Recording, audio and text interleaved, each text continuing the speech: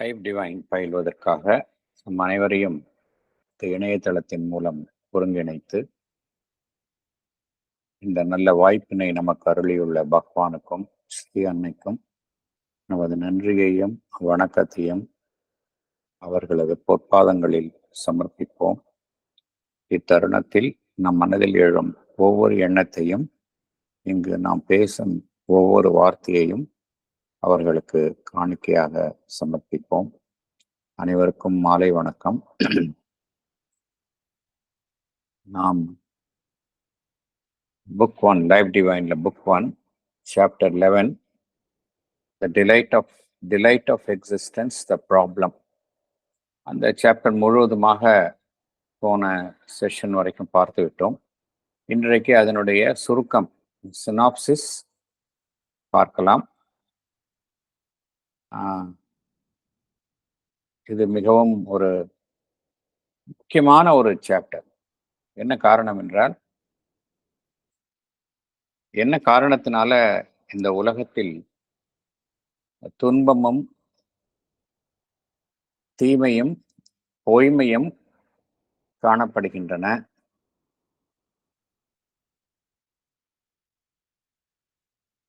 அவ்வாறு காணப்படுவதற்கு காரணம் என்ன, இதில்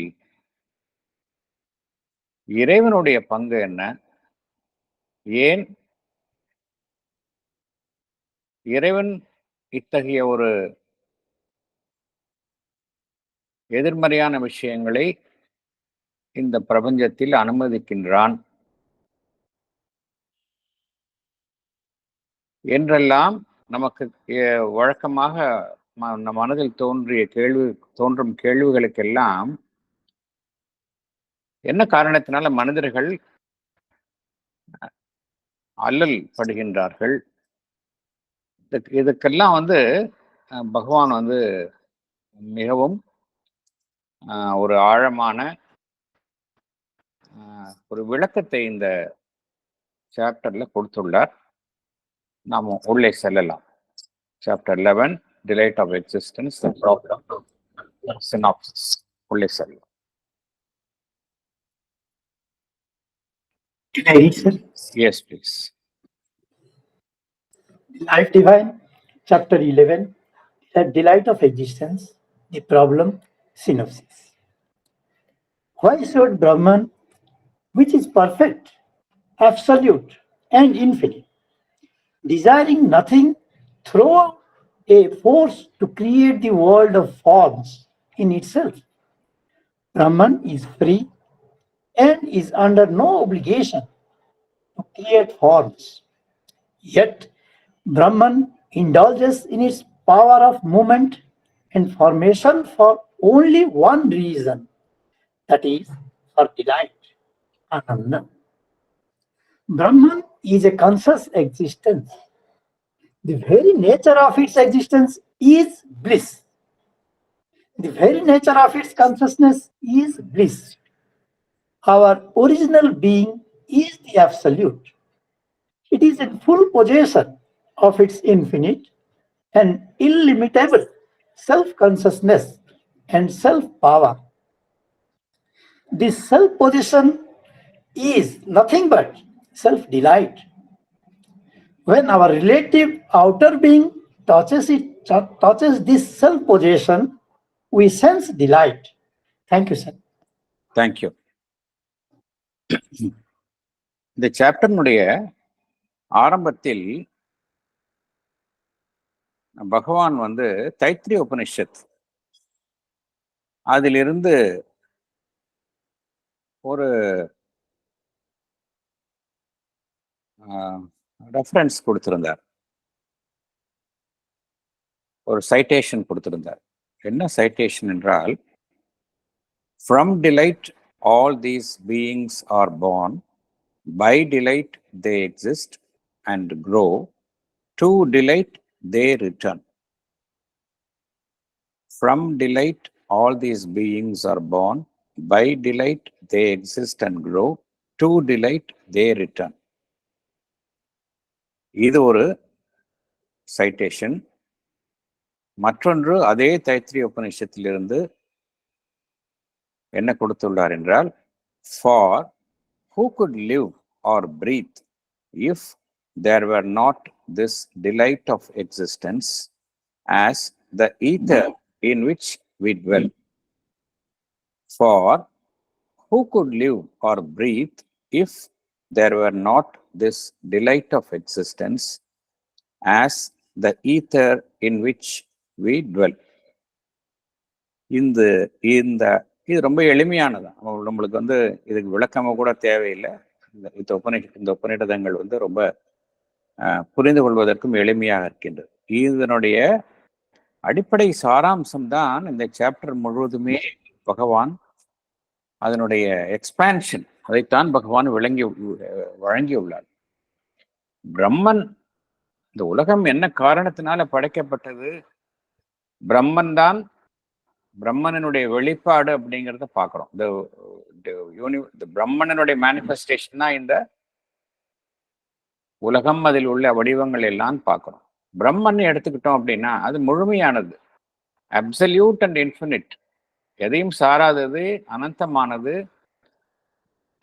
அது அதற்கு எதுவுமே தேவையில்லை.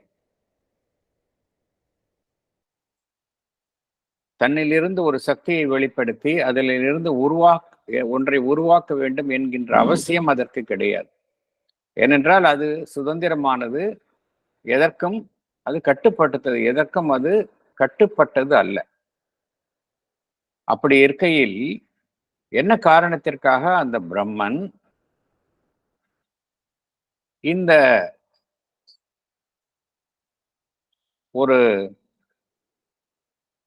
இயங்கும் சக்தியில் தன்னை ஈடுபடுத்தி கொண்டு இந்த வடிவங்களை உருவாக்க வேண்டும்? என்ன காரணத்திற்காக பிரம்மன் அவ்வாறு செய்ய வேண்டும்?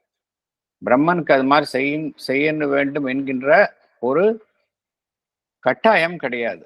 அந்த நிலையில் தான் அது இருக்கின்றது. ஏகமாக அனைத்தையும் கடந்த நிலையில் அது இருக்கின்றது. அவ்வாறு இருக்கும் அது என்ன காரணத்தினால் வடிவங்களை தாண்டி அந்த உலகத்தை அது தன்னிலிருந்து உருவாக்க வேண்டும்? இதற்கு ஒரே காரணமாகத்தான் இருக்க வேண்டும் என்று பகவான் கூறுகின்றார். அது ஒரே காரணம் என்னவென்றால் ஆனந்தம். That is for delight. ஆனந்தம், அது ஒன்றுதான் காரணமாக இருக்க வேண்டும் என்று பகவான் குறிப்பிடுகின்றார். சாவித்திரியில் கூட இதற்கு ஒப்பான வரி வருகின்றது. The dance of the first world creating bliss என்கின்ற வரி நமக்கு மீண்டும் மீண்டும் நாம் அந்த வரியை ஞாபகப்படுத்திக் கொள்கின்றோம். பிரம்மன் பார்த்தோம் அப்படின்னா, அதனுடைய இருப்பே பார்த்தோம் அப்படின்னா, it is a conscious existence. அதனுடைய அடிப்படை அம்சமே எதுவாக இருக்கின்றது என்றால் ஆனந்தம் தான் அதனுடைய அடிப்படை அம்சமாக இருக்கின்றது. அதனுடைய உணர்வு நிலையும் ஆனந்தமாகத்தான் இருக்கின்றது. அதே போல நம்முடைய ஒரிஜினல் பீயிங், நம்ம இந்த மேற்புறத்தில் இருக்கின்றோம். சர்ஃபேஸ் பீயிங் வேற, ஒரிஜினல் பீயிங் எடுத்துக்கிட்டோம் அப்படின்னா, நம்மளுடைய சைக்கிக் பீயிங் எடுத்துக்கிட்டோம் அப்படின்னா, அதுவும் it is always identified with transcendent. தன்னை எதனுடன் எப்பொழுதுமே அது அடையாளம் கண்டு இணைந்து ஐக்கியப்படுத்தி உள்ளது என்றால், அனைத்தையும் கடந்த அந்த பரம்பொருளுடன் தான் நமக்குள்ள இருக்கக்கூடிய அந்த ஒரிஜினல் பீயிங், ட்ரூ பீயிங் தன்னை ஐக்கியப்படுத்தி கொண்டு அடையாளம் கண்டு கொண்டு எப்பொழுதுமே இருக்கின்றது. நமக்குள்ள இருக்கக்கூடிய அந்த ஒரிஜினல் பீயிங் இந்த அனந்தமான எல்லைக்கு உட்படாத அந்த உணர்வு நிலையையும் சக்தியையும் தன்னுள்ளே கொண்டதாக இருக்கின்றது. என்ன காரணம் என்றால், அது அந்த இறைவனுடைய அம்சமாக இருப்பதனால் அந்த அம்சத்தை தானும் கொண்டதாக இருக்கின்றது. அது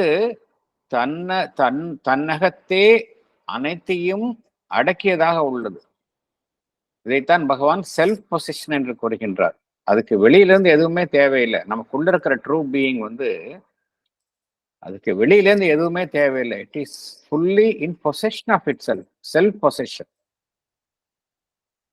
இந்த செல்ஃப் பொசெஷன் என்பது உண்மையிலேயே அதனுடைய எந்த அம்சமாக இருக்கின்றது என்றால், தன்னுள்ளே இருக்கக்கூடிய அந்த ஆனந்தமாக இருக்கின்றது. செல்ஃப் டிலைட், அதுதான் அதனுடைய அம்சமாக இருக்கின்றது.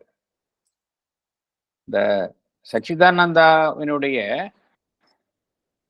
அந்த ஆனந்த ஆஸ்பெக்ட் தான் வந்து சைக்கிக் பீயிங்காக இங்கு தன்னை வெளிப்படுத்திக் கொள்கின்றது என்பதை பகவான் நமக்கு லைஃப் டிவைன்ல கூறுகின்றார். நம்முடைய புறஜீவன் வந்து எப்பொழுதெல்லாம் நமக்கு உள்ளே இருக்கக்கூடிய அந்த உண்மையான ஜீவன், அந்த ட்ரூ செல்ஃப், அதனுடைய அம்சமான அந்த செல்ஃப் பொசெஷன் அதை தீண்டுகின்றதோ, புறஜீவன் எப்பொழுதெல்லாம் நம்முடைய சைத்திய புருஷனை நமக்கு உள்ளே இருக்கக்கூடிய சைத்திய புருஷனுடன் தொடர்பு கொள்கின்றதோ, அப்பொழுதெல்லாம் அது ஆனந்தத்தை அது அடைகின்றது. இதுதான் பகவான் குறிப்பிடுகின்றார். ஆனந்தம் என்பது, பிரம்மன் என்பது ஆனந்தத்திற்காகத்தான் உலகத்தை படைக்கின்றது. நமக்குள்ள இருக்கிற விஷயமும் என்னன்னா ஆனந்தம் தான் அப்படிங்கிற. நம்முடைய ட்ரூ பீயிங்கும் ஆனந்தம், ட்ரூ பீயிங் ட்ரூ செல்ஃப்னு எடுத்துக்கொண்டால் அதுவும் ஆனந்தத்தின் அம்சம்தான் அப்படிங்கிறார் பகவான். அடுத்தது பார்க்கலாம்.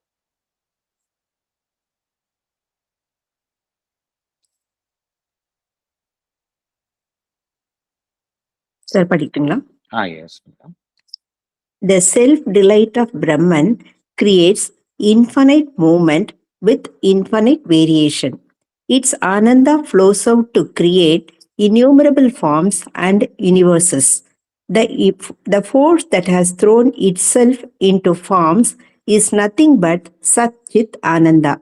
All things that exist in the universe have that aspect of conscious being, Sat, conscious force, Chit Shakti, its Ananda, delight of being.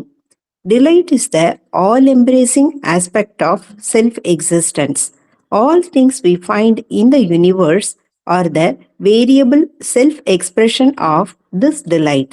Everything is born from delight and exists by that. Thank you, sir. Thank you, madam. Thank you.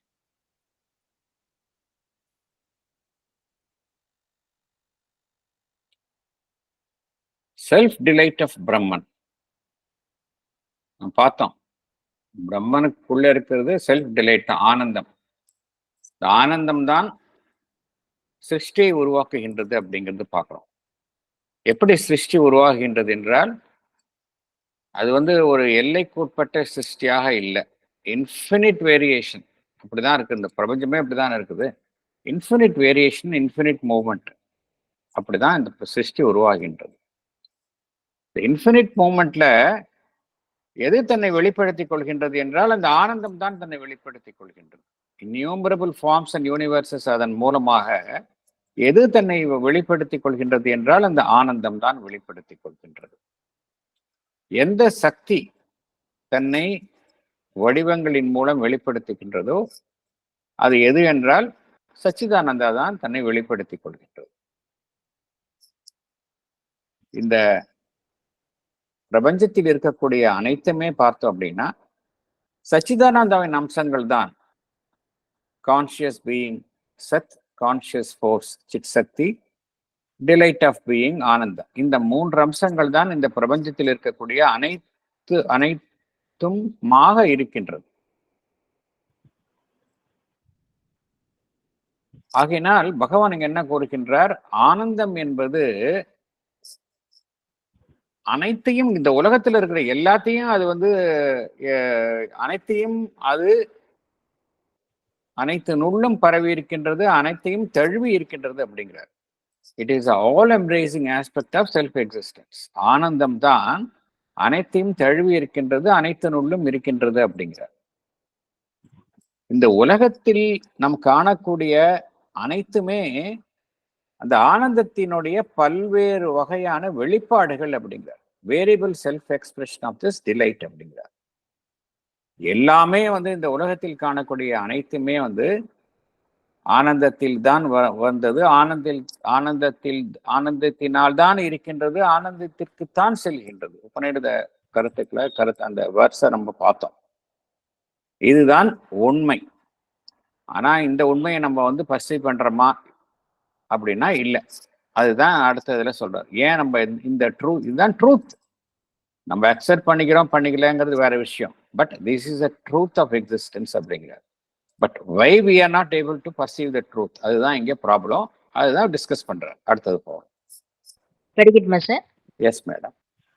Emotional and sensational consciousness of pain and the problem of evil seem to contradict this truth. When we say the existence is in itself an infinite self delight, how can we justify the universal presence of grief, suffering, and pain? For us, this world appears rather a world of suffering than a world of delight of existence. Yet it is an exaggeration. Looking impartially, we observe that whether it is active or passive, on the surface or underlying, pleasure of existence is the normal state of nature. Pain is a contrary occurrence. Its lesser sum affects us intensely. We hardly notice pleasure unless it becomes an acuter form of itself. Normal satisfaction of existence is mainly responsible for the presence of overpowering instinct of self-preservation in the universe. We do not account for it in our balance of emotional and sensational profit and loss. Thank you, sir. Thank you madam. Thank you.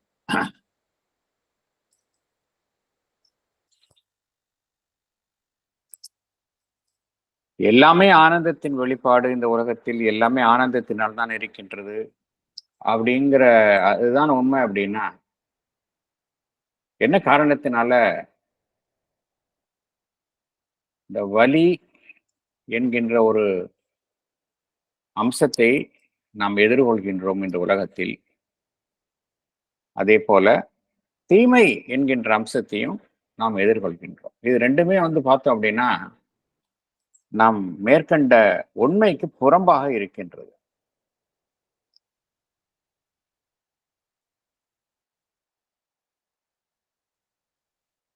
இங்க இருக்கக்கூடிய இந்த பிரபஞ்சமே பார்த்தோம் அப்படின்னா, இந்த பிரபஞ்சத்தில் இருக்கக்கூடிய எல்லாமே அனந்தமாக இருக்கக்கூடிய ஆனந்தத்தின் வெளிப்பாடுகள். அனந்தமாக இருக்கக்கூடியது, எல்லை கடந்து இருக்கக்கூடிய ஆனந்தத்தின் வெளிப்பாடு. இந்த பிரபஞ்சத்தில் காணக்கூடிய அனைத்து இருப்பும் எதனுடைய வெளிப்பாடாக இருக்கின்றது என்றால், அனந்தமாக இருக்கக்கூடிய அந்த சுய ஆனந்தம். ஆனந்தம்னா செல்ஃப் டிலைட். அப்படின்னா அதுக்கு வெளியிலேருந்து எந்த விதமான ஒரு புற தூண்டுதல்களும் தேவையில்லை, அதுவாகவே இருக்குது உள்ளுக்குள்ள. செல்ஃப் டிலைட் அண்ட் செல்ஃப் டிலைட்னா இட் இஸ் தேர், அவ்வளவுதான். காஸ்ட்லெஸ், அதுதான் காரணம். அப்படி இருக்கும் பொழுது எப்படி இந்த பிரபஞ்சம் ரீதியாக இருக்கக்கூடிய இந்த grief and suffering and pain இதை எப்படி நியாயப்படுத்த முடியும் அப்படிங்கிற இது நான் ஒரு சாதாரண மனிதன் கேட்கக்கூடிய கேள்வியை பகவான் கேட்கின்றார். How can we justify the universal presence of grief, suffering and pain? இப்போ நம்ம எடுத்துக்கிட்டோம் அப்படின்னா, உலகம் ஒரு துன்பத்தை தாண்டி துன்பம் சாதாரண ஒரு பார்வைக்கு பார்த்தோம் அப்படின்னா, மேலோட்டமா பார்த்தோம் அப்படின்னா துன்பங்கள் நிறைந்ததாகத்தான் காணப்படுகின்றது. ஆனந்தம் நிறைந்த உலகமாக காணப்படுவதற்கு பதிலாக துன்பம் நிறைந்த உலகமாகத்தான் காணப்படுகின்றது. எகெயின் உண்மையிலேயே கஷ்டப்படுறவங்கள்ட்ட கேட்டால் அதுதான் சொல்லுவாங்க. ஃபார் எக்ஸாம்பிள், இப்போ பாலஸ்தீன்ல கஷ்டப்படுறாங்க, எல்லாருமே உக்ரைன்ல கஷ்டப்படுறாங்க. அவங்கள போய் நம்ம கேட்டோம் அப்படின்னா நிச்சயமாக அவங்க இந்த உலகம் இவ்வளவு குரோயிலா இருக்கு அப்படின்னு தான் சொல்லுவாங்க. இது நாம் சந்திக்கக்கூடிய யதார்த்தம். ஆனா நம்ம பார்த்த உண்மை வேறு. இதுக்கு என்ன பகவான் என்ன கோருகின்றார்? இந்த வலியும் வேதனையும் நிறைந்ததுதான் இந்த உலகம் என்று எண்ணுவது ஒரு மிகைப்படுத்துதல் அப்படிங்கிறார். வலியும் வேதனையும் நிறைந்ததுதான் இந்த உலகம் என்று எண்ணுவது ஒரு மிகைப்படுத்தும் செயலாகும் அப்படிங்கிறார். இட் இஸ் an exaggeration அப்படிங்கிறார். நம்ம எந்த விதமான ஒரு பாரபட்சமும் இல்லாமல் நடுநிலையாக நம்ம வாழ்க்கை, இந்த உலகத்தில் உள்ள அனைவருடைய வாழ்க்கை, அதை நம்ம பார்த்தோம் அப்படின்னா அது மேலோட்டமாக இருந்தாலும் சரி, ஆழமாக இருந்தாலும் சரி, எந்த உண்மை தெரிய வரும் அப்படின்னா பிளஷர் ஆஃப் எக்ஸிஸ்டன்ஸ், அந்த வாழ்வில் இருக்கக்கூடிய இன்பம். பிளஷர் ஆஃப் எக்ஸிஸ்டன்ஸ், வாழ்வில் இருக்கக்கூடிய ஒரு இன்பம். அதுதான் ப்ரெஷர் ஆஃப் எக்ஸிஸ்டன்ஸ் அப்படிங்கிறது. இதுதான் நார்மல் ஸ்டேட் ஆஃப் நேச்சர் அப்படிங்கிறார். அதாவது இதை சரியாக புரிந்து கொள்ள வேணும். ப்ளஷர் ஆஃப் எக்ஸிஸ்டன்ஸ் அப்படிங்கிறது சாதாரண எல்லாரோருக்கு லைஃப்லயும் இருக்குது. இது இல்லை அப்படின்னா நோபடி கேன் லிவ். நம்ம வந்து ஏதோ ஒரு எக்ஸைட்டிங் சாதாரண, அதாவது மெச்சூரா இருக்கிறவங்க அது மாதிரி நினைக்க மாட்டாங்க. ஒரு சாதாரண நிலையில இருக்கிறவங்க இந்த வைட்டல் எக்ஸைட்மெண்ட், ஏதோ ஒரு எக்ஸைட்மெண்ட் இருந்தாதான் தன் வாழ்க்கையில வந்து ஒரு ஹாப்பினஸ் இருக்கு, அதர்வைஸ் லைஃப் வந்து போரிங்கா இருக்கு அப்படின்னு சொல்லுவாங்க. ஆனா அது மாதிரி கிடையாது. சாதாரண லைஃப்ல எந்த விதமான ஒரு மேலோட்டமான ஒரு பார்க்கும்பொழுது எந்த விதமான ஒரு ஒரு எக்ஸைட்டிங் விஷயம் அது மாதிரி இல்லாத ஒருவருடைய வாழ்க்கையிலையும் எது அடித்தளமாக இருக்கின்றது என்றால் ப்ளஷர் ஆஃப் எக்ஸிஸ்டன்ஸ் அப்படிங்கிறார். அதுதான் இருக்கு அப்படிங்கிறார். எல்லார் லைஃப்லயும் ப்ளஷர் ஆஃப் எக்ஸிஸ்டன்ஸ் தான் வந்து ஒரு பேஸா இருக்கு, அடித்தளமாக இருக்கின்றது அப்படிங்கிறார். வலி என்பது கான்ட்ரரி அக்கரன்ஸ் அப்படிங்கிறார். எப்பொழுதாவது வரக்கூடிய ஒரு நிகழ்வு தான் வலி அப்படிங்கிறார். ஆனா அதுல என்ன பியூட்டி அப்படின்னா, அது எப்பொழுதாவது வரக்கூடிய அந்த வலி என்ன செய்கின்றது, அதுதான் நம்மளை தீவிரமாக பாதிக்கின்றது. பாதிப்புன்னு பார்த்தோம் அப்படின்னா அதனுடைய பாதிப்பு ஜாஸ்தியா இருக்கு. எப்பொழுதுதான் வருது, ஆனா அதனுடைய பாதிப்பு ஜாஸ்தியா இருக்கு. ஆனா எப்பொழுதுமே இருக்கக்கூடிய அந்த இன்பம் என்பதை நாம் கவனத்தில் எடுத்துக்கொள்வது இல்லை. எப்ப எடுத்துக்கிறோம் அப்படின்னா, ஏதாவது ஒரு எக்ஸைட்மெண்ட், ரொம்ப ஒரு எக்ஸைட்டிங்கா ஒரு விஷயம் நடக்குது அப்படின்னா தான் நம்ம அதை வந்து கவனத்தில் எடுத்துக்கிறோம். அதர்வைஸ் நம்ம எப்பொழுதுமே இருக்கக்கூடிய அந்த இன்பம் என்கின்ற ஒரு அம்சத்தை நம் வாழ்வில் நம்ம கணக்கிலே எடுத்துக்க மாட்டேங்கிறோம் அப்படிங்கிறார். பகவான் என்ன சொல்றாரு, இந்த நார்மல் சாட்டிஸ்ஃபேக்ஷன் ஆஃப் எக்ஸிஸ்டன்ஸ் அப்படிங்கிறது இருக்கிறதுனால தான் மனிதன் வந்து உயிரோடு இருக்கிறான் அப்படிங்கிறார். மனிதன் எந்த மனிதனாவது இந்த உலகத்தை விட்டு செல்வதற்கு தயாராக இருக்கின்றானா என்றால் இல்லை. பகவான் இன்னொரு கருத்தையும் சொல்றாரு, even people who commit suicide, அவங்களும் எதுக்காக பண்ணிக்கிறாங்க அப்படின்னா வேறொரு உலகத்துல திருப்பி இதே மகிழ்ச்சி அடையணும் அப்படிங்கிறதுக்கு தான் அவங்களும் பண்ணிக்கிறாங்க அப்படிங்கிறத ஒரு கருத்தை சொல்றாரு. அது வந்து அடுத்த சாப்டர்ல சொல்றாரு. So why people commit suicide, because they want to have a better life with pleasure. So யாருமே வந்து வாழ்விலிருந்து விலகி போகணும் அப்படிங்கிறது விரும்புவது இல்லை. இது என்ன காரணத்தினால அப்படி இருக்கு அப்படின்னா, இந்த நார்மல் சாட்டிஸ்ஃபேக்ஷன் ஆஃப் எக்ஸிஸ்டன்ஸ் வந்து எல்லார் லைஃப்லையும் இருக்கு அப்படிங்கிறார். அதுதான் வந்து ஒரு ஓவர் பவரிங் இன்ஸ்டிங்க்டா இருக்கு அப்படிங்கிறார். அது இல்லை, அதுதான் செல்ஃப் ப்ரிசர்வேஷன். ஒவ்வொரு மனிதனை விடுங்க, மனிதன், விலங்குகள் எல்லாமே வந்து பார்த்தோம் அப்படின்னா ஏன் இந்த செல்ஃப் ப்ரிசர்வேஷன் இருக்கு அப்படின்னா அந்த டிலைட் ஆஃப் எக்ஸிஸ்டன்ஸ் தான் காரணம் அப்படிங்கிறார். ஆனால் நம்ம வந்து அதை வந்து நம்ம அக்கௌண்ட்ல எடுத்துக்கிறது இல்லை. இந்த நார்மலா இருக்கக்கூடிய மகிழ்ச்சி என்பதை கணக்குல எடுத்துக்கல. எப்பயாவது வரக்கூடிய நம்ம பார்க்கக்கூடிய அநீதிகள், மாதிரி துன்பம், வேதனை, இதெல்லாம் தான் கணக்குல எடுத்துக்கிறோம். ஸோ நம்ம வந்து இந்த உலகம் வந்து ரொம்ப துன்பமயமானது அப்படின்னு நம்ம பிராண்ட் பண்றோம். பட் அது மாதிரி இல்லை அப்படின்னு தான் பகவான் கூறுகின்றார். நம்ம கவனத்துல எடுத்துக்கணும், இந்த லைஃப் டிவைன் எல்லாம் எழுதப்பட்ட காலம் வந்து உலகம் வந்து ஒரு மோசமான நிலையில இருந்தது அந்த காலகட்டத்துல. அந்த காலகட்டத்துல தான் பகவான் இத்தகைய கருத்துக்களை கூறினார். வேர்ல்டு வார் 1ல வந்து கிட்டத்தட்ட ஒரு 3.4 கோடி பேர் இறந்து போனாங்க. வேர்ல்டு வார் 2ல வந்து கிட்டத்தட்ட 6 கோடி மக்களுக்கு மேல இறந்து போனாங்க. அது எல்லாமே அந்த அட்டாமிக் பாம்பிங் ஜப்பான்ல நடந்தது. அதுல அட் ஒன் ஸ்ட்ரெச் பார்த்தோம்னா அப்படின்னா மில்லியன்ஸ் ஆஃப் பீப்புள் இறந்து போனாங்க. நாகசாக்கி, ஹிரோஷிமா பாம்பிங் நமக்கு தெரியும் 1942ல. அதுக்கப்புறம் பார்த்தோம் அப்படின்னா இந்தியாவிலேயே பார்த்தோம் அப்படின்னா அந்த ஃபேமின்ல, பஞ்சத்துல எவ்வளவு பேர் இறந்து போனாங்க. இவ்வளோ நடக்கிற சூழ்நிலை தான் பகவான் இந்த கருத்துக்களை எழுதினார். அப்படின்னா பகவான் இப்ப இருக்கிற சூழ்நிலை அதோட பெட்டரா தான் இருக்குது, சந்தேகமே இல்லாம. எங்கோ ஒரு இடத்துல வார் நடக்குது, இயற்கையினுடைய சீற்றம் இருக்கு. பட் அந்த காலகட்டத்துல ஒப்பிடும் பொழுது இந்த காலகட்டம் எவ்வளவோ வந்து இதா இருக்கு. பட் அந்த காலகட்டத்திலையும் பகவான் இந்த கருத்தை கூறியுள்ளார். வாழ்வு என்பது எப்பொழுதுமே மகிழ்ச்சி தான் அடிப்படையாக இருக்கின்றது. துன்பம் எப்பொழுதாவது வருகின்றது, அதனால்தான் அதனுடைய தாக்கம் வந்து நாம் வெகுவாக உணர்கின்றோம் அப்படிங்கிறார். அடுத்தது போகலாம். படிக்கட்டுமாங்க sir? Yes madam. Yet, the very presence of pain creates the whole problem.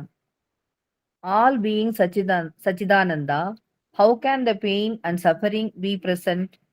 This is the real problem, further complicated by two other issues: our idea of an extra cosmic God and our ethical difficulty. How can God create a world in which he causes suffering on his own creatures? How can he approve pain and permit evil? If we say the pain is the penance or tough test we have to undergo for our progress, then God becomes immoral. Is it not immortal to subject somebody to hardship? Or is he simply a God of might whose laws we have to obey? Thank you, sir. Thank you madam, thank you.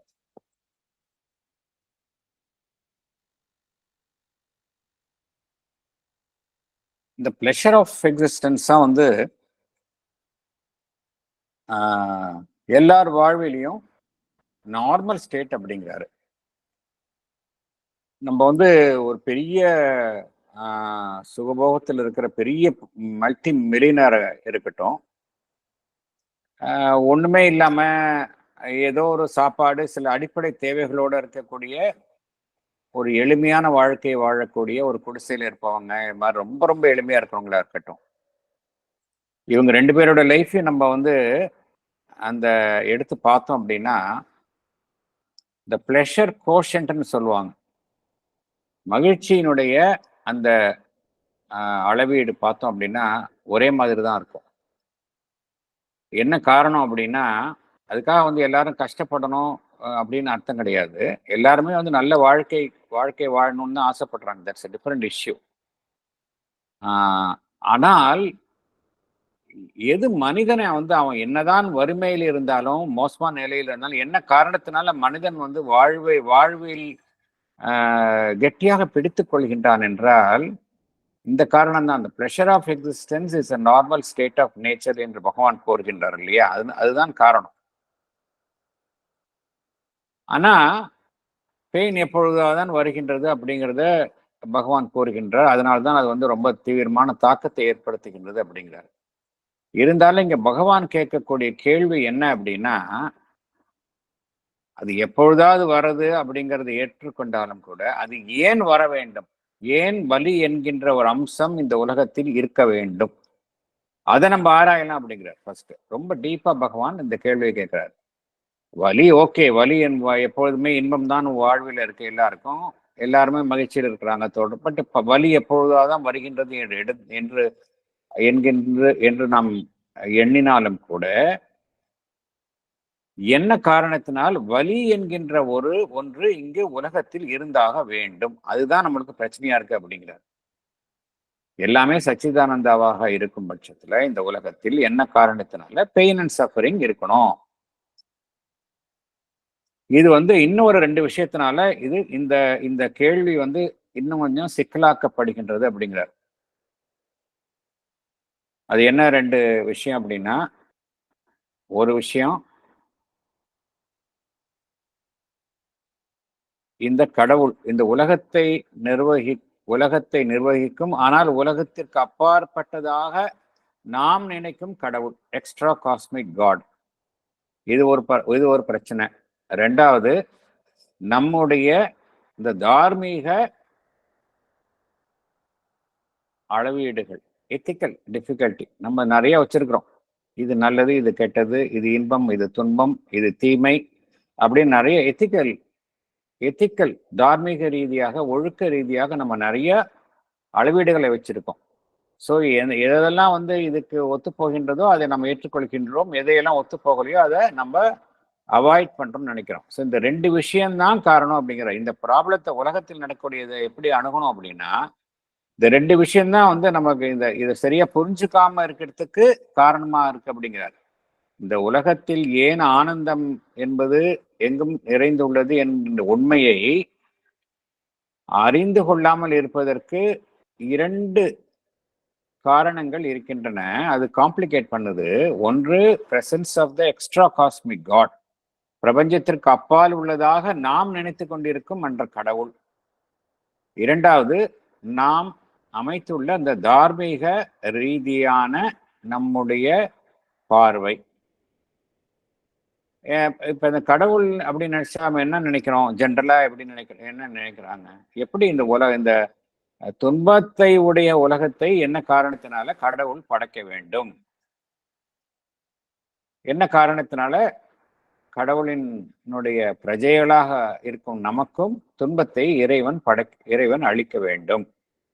எப்படி அவரால் வலியையும் தீமையும் தன்னுடைய எல்லைக்குள் அனுமதிக்க முடிகின்றது? அல்லது இந்த வலி என்பது ஒருவருடைய வாழ்வில் கட்டாயம் எதிர்கொள்ள வேண்டிய ஒரு வேள்வி என்றோ அல்லது ஒரு பரீட்சை என்றோ ஒரு மனிதன் எதிர்கொள்ள வேண்டிய, ஒரு கட்டாயமாக எதிர்கொள்ள வேண்டிய ஒரு நிலை என்று வைத்துக் கொண்டாலும் கூட, ஒரு சோதனை, ஒரு கட்டாயமாக இந்த சோதனை ஒவ்வொருவரும் தன்னுடைய வாழ்வில் முன்னேற வேண்டும் என்றால் இந்த வலி என்கின்ற ஒரு வலியையும் துன்பத்தையும் ஒரு சோதனையாக ஒவ்வொருவரும் கட்டாயமாக ஏற்றுக்கொள்ள வேண்டும் என்று நாம் நினைத்தாலும் கூட, என்ன காரணத்திற்காக கடவுள் அத்தகைய ஒரு நிலையை மனிதனுக்கு ஏற்படுத்த வேண்டும்? ஒரு துன்பம் என்கின்ற நிலையை உருவாக்கி அதன் மூலமாக ஒரு மனிதனை என்ன காரணத்திற்காக இறைவன் மனிதனை முன்னேற்ற வேண்டும் என்று நினைக்க வேண்டும்? அப்படி என்றால் இறைவன் என்பவர் ஒரு தார்மீக நெறிகளுக்கு அப்பாற்பட்டவராக செயல்படுவராக காணப்படுகிறார் அல்லவா? இந்த கேள்வி நமக்கு எழுகின்றது. ஏனென்றால் மற்றொருவரை துன்பத்திற்கு உள்ளாக்குவது என்பது தார்மீக நெறிக்கு புறம்பானதாக இருக்கின்றது.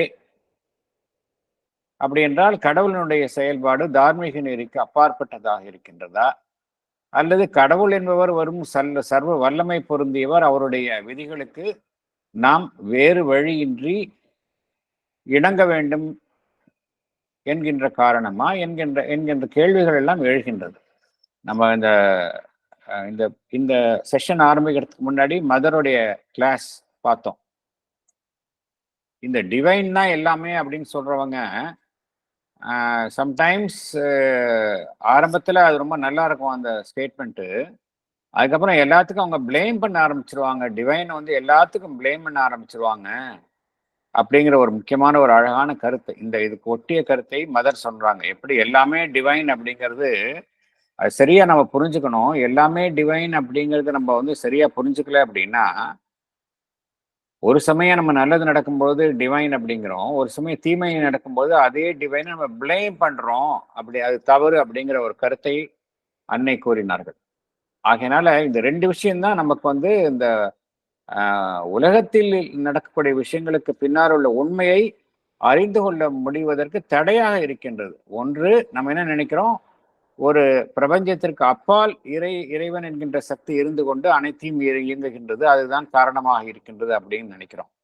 இரண்டாவது, நம்ம எல்லாத்துக்கும் நம்முடைய தார்மீக நெறிகள் அனைத்து குறித்தும் நாம் நெறிகளை உருவாக்கி அதன்படிதான் அனைத்தையும் பார்க்கின்றோம். இதுதான் ஒரு பிரச்சனையை சிக்கலாக்குகின்றது அப்படிங்கிறார். அடுத்தது போகலாம். Yes, madam. If pain is the natural punishment for the moral evil committed by man in the previous birth, who created the moral evil that produced the inevitable result of suffering and pain? The inescapable law of karma is not reconcilable with our idea of God, who is supremely moral. Therefore, Buddha rejected the idea of the existence of any free and all-governing personal God. This difficulty arises because we assume the existence of a personal God outside this cosmos. We do not consider God himself the universe. Sachidananda of Vedanta says there is no duality. There is one existence without a second. All that is Brahman. There is no division between the cosmos and the God. Thank you, sir. Thank you madam. நம்முடைய முந்தைய பிறவிகளில் நாம் செய்த தீமைக்கான ஒரு தண்டனை தான் நாம் இந்த பிறவியில் அனுபவிக்கும் துன்பம் அப்படின்னுங்கிற ஒரு கருத்தும் நிலவுகின்றது. அப்படி எடுத்துக்கொண்டாலும் கூட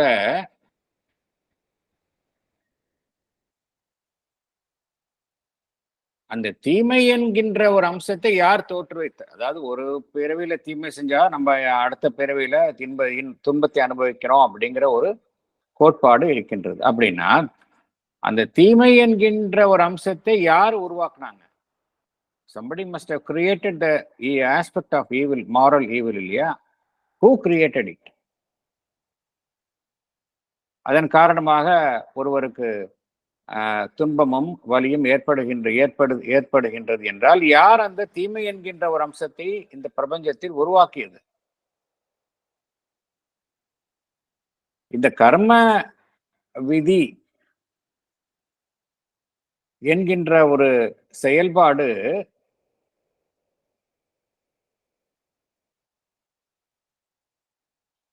தார்மீக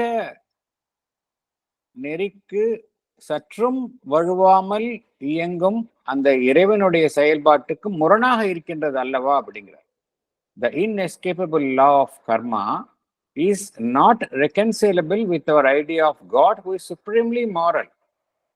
ஏன்னா காட் அப்படிங்கிறது தண்டிக்கணும்னு அவசியம் கிடையாது. ஒருத்தங்களை தப்பு செஞ்சு வச்சுட்டு அடுத்த பிறவில நான் அதுக்காக நீ கஷ்டப்படு அப்படிங்கிற ஒரு செயல்பாட்டை இறைவன் செய்ய வேண்டும் அப்படிங்கிற அவசியம் கிடையாது. Because God is suppose to be supremely moral நம்ம கண்ணோட்டத்தில் பார்த்தோம் அப்படின்னு. ஆகையினால புத்திஸ்ட் பிலாசபில இந்த ஒரு பர்சனல் காட் அப்படிங்கிற ஒரு கான்செப்டை அவங்க ஏத்துக்கல. இந்த ப்ராப்ளம் ஏன் வருது அப்படின்னா, ஒரு பர்சனல் காட் இந்த பிரபஞ்சத்திற்கு அப்பால் இருக்கின்றார்கள் என்று நாம் நினைப்பதினால்தான், அந்த கருத்தின் அடிப்படையில் தான் இந்த தவறான ஒரு எண்ணம் வருகின்றது. உண்மையிலேயே உண்மை என்ன, வேதாந்திக் ட்ரூத் என்னவென்றால், சச்சிதானந்தம் அந்த பிரம்மன் என்பது ஏகமாக அனைத்துமாகவும் அனைத்து நுள்ளும் இருப்பது. இந்த பிரபஞ்சத்தில் இருப்பது எல்லாமே பார்த்தோம் அப்படின்னா இந்த பிரம்மனை தவிர வேறு எதுவுமே கிடையாது. So where is a question of extra cosmic God அப்படிங்கிற கான்செப்டே கிடையாது. நம்மளுடைய இதுல வேதாந்தல கிடையாது. பிரபஞ்சம் என்கின்ற ஒரு பிரிவும் கடவுள் என்கின்ற ஒரு பிரிவு மறுபுறமும் அந்த பிளவே அங்க கிடையாது. No division between the cosmos and the God. இதுதான் வேதாந்திக் ட்ரூத். ஸோ இந்த அடிப்படையில பார்த்தோம் அப்படின்னா இந்த கடவுள் தான் அனைத்தையும் தோற்றுவிக்கின்றார், தீமைகளையும் துன்பத்தையும் அவர்தான் உருவாக்குகின்றார் என்கின்ற கருத்தை நாம் ஏற்றுக்கொள்ள முடியாது. அடுத்தது போகலாம். படிக்கவா sir? Yes. Since all is Brahman, it is the Brahman who bears all the evil and suffering. Then the question becomes, how can Sachidananda, existence, consciousness and bliss allow something which is not bliss into self, not bliss into itself? Sachidananda is all delight and is free to condemn and reject evil and suffering. Then how can evil and suffering exist in Sachidananda? அடுத்து படிச்சிருவா sir? படிங்க madam. We are stating a partial statement and applying it to the whole. The ideas of good and love come from the dualistic and divisive state of our mind. Sachidananda belongs to the status of oneness. How can we apply the law of duality to the status of oneness. Thank you. இப்போ நம்ம பார்த்தோம், அந்த Vedantic concept படி பார்த்தோம் அப்படின்னா பிரபஞ்சம் வேறு, இந்த பரம்பொருள் வேறு அப்படின்னு நினைக்க முடியாது. பரம்பொருள் தான் இந்த பிரபஞ்சமாக இருக்கின்றது, எல்லாம் அனைத்துமாக இருக்கின்றது.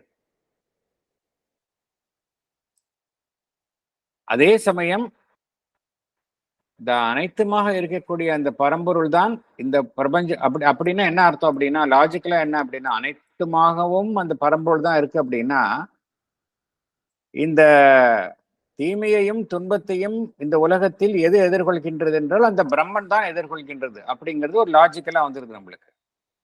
அனைத்துமாகவும் இந்த உலகத்தில் காணப்படுவது அந்த பிரம்மன் தான், இந்த உலகத்திற்கு வெளியில் அது இல்லை, அனைத்துமாகவும் அதுதான் இருக்கின்றது என்கின்ற உண்மையை ஏற்றுக்கொண்டாலும் கூட, எப்படி இந்த அனைத்துமாகவும் உள்ளது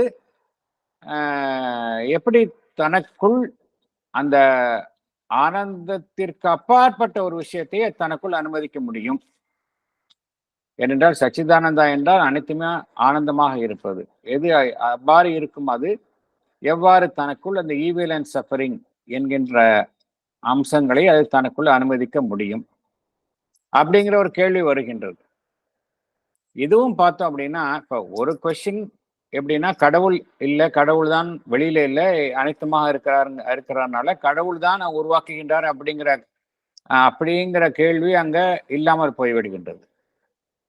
ஆனா அதுல இன்னொரு கேள்வி எப்படின்னா, கடவுள் எப்படி தனக்குள்ளேயே ஒரு எதிர்மறையான அம்சங்களை தனக்குள் அனுமதிக்க முடியும் அப்படிங்கிற ஒரு அடுத்த ஒரு கேள்வி வருகின்றது. இந்த அடுத்த வரக்கூடிய கேள்வி எதனால வருகின்றது என்றால், நம்முடைய ஒரு இன்சஃபிஷியன்ட் அண்டர்ஸ்டாண்டிங், நம்முடைய தவறான புரிதலினால்தான் இந்த கேள்வி வருகின்றது அப்படிங்கிறார். எப்படி அப்படின்னா, நம்ம நம்ம நினைச்சிட்டு இருக்கிற அந்த தீமை துன்பம் எல்லாமே இன்பம் துன்பம் நன்மை தீமை எல்லாம் டியூவலிசம் இல்லையா? இது மனிதன் தானே உருவாக்கணும். ஆசைச் பார்த்தோம் அப்படின்னா அது நமக்கு மனிதனுக்கு கீழேயும் இல்லை மேலேயும் அந்த கான்செப்ட்லாம் கிடையாது. ஈவில்ங்கிற கான்செப்ட் நமக்கு மனிதனுக்கு கீழே கிடையாது, மேலேயும் கிடையாது. இன்பம் துன்பம் எல்லாமே டியூவலிசம் மனிதன் என்கிற நிலையில தான் உருவாச்சு. அப்படி இருக்கிறப்ப மனிதனுக்கே பிரத்யேகமாக இருக்கக்கூடிய இந்த அம்சங்களை அனைத்திற்கும் அப்பாற்பட்டுள்ள சச்சிதானந்தாவிற்கு எவ்வாறு நாம் அதனுடன் பொருத்த முடியும் அப்படிங்கிறார். You cannot do that. சச்சிதானந்தா என்பது ஒரு ஏகமாக இருப்பது, அங்க டியூவாலிட்டியே கிடையாது. அது இன்பம் துன்பம்னா இன்பமும் அதுதான், துன்பமும் அதுதான். நன்மை தீமைன்னு நன்மையும் அதுதான், தீமையும் அதுதான். அதுக்கிட்ட டியூவாலிட்டியே இல்லாத ஒன்கிட்ட போய் எப்படி அதுல டியூவாலிட்டி உருவாகு அப்படின்னு கேட்கறது தவறு அப்படிங்கிறார். ஸோ இந்த கொஸ்டின்ஸ் எல்லாம் பகவான் ஹியூமன் பீயிங்ஸினுடைய இன்சஃபிஷியன்ட் அண்டர்ஸ்டாண்டிங்கால இந்த கேள்வி எல்லாம் வருது. இதுக்கு பின்னாடி இருக்க அர்த்தம் வேற, அதை நம்ம பார்க்கலாம் அப்படிங்கிறார். ஸோ அடுத்தது பார்க்கலாம். We should see how it can be solved in its original purity. Only then we can come down and deal with the parts, the relations between creature and creature on the basis of division and duality. We force an ethical meaning into the whole operations of nature. This limited understanding of events of the world from his personal limited self prevents man from arriving at real knowledge and complete sight. The operations of the material nature are not based on ethics. We do not blame the tiger because it kills and eats its prey, nor do we blame the storm because it destroys, or the fire because it tortures and kills. Blame and condemnation, or self-blame and self-condemnation, are the beginning of true ethics.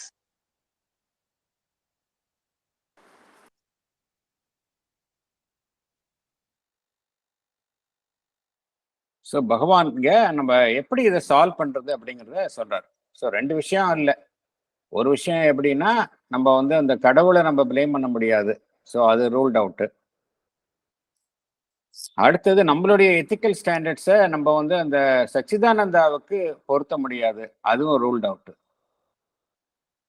So நம்ம என்ன என்ன காரணத்தினால நம்ம எப்படி நம்ம அந்த நன்மை தீமை இன்பம் துன்பம் அப்படிங்கிறதுலாம் மனிதன் அளவில் தான் உருவாகியது அப்படிங்கிறது தெரியுது. ஏன்னா மனிதனுக்கு கீழே நம்ம இந்த கான்செப்ட்லாம் அப்ளிகபிள் கிடையாது, மனிதனுக்கு மேலேயும் கிடையாதுன்னு தெரிஞ்சிருது. ஸோ மனிதன் லெவலில் தான் இந்த விஷயங்கள்லாம் இருக்குது.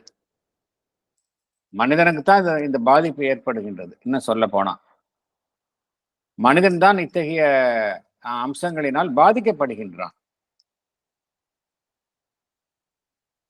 இப்போ என்ன காரணத்தினால இது மனிதன் பொறுத்த வரைக்கும் இந்த அம்சங்கள்லாம் வந்து மனிதனை பாதிக்கின்றன, அதுதான் பார்க்கணும் அப்படிங்கிறார். என்ன சொல்றாரு பகவான், என்ன சொல்றாரு, இந்த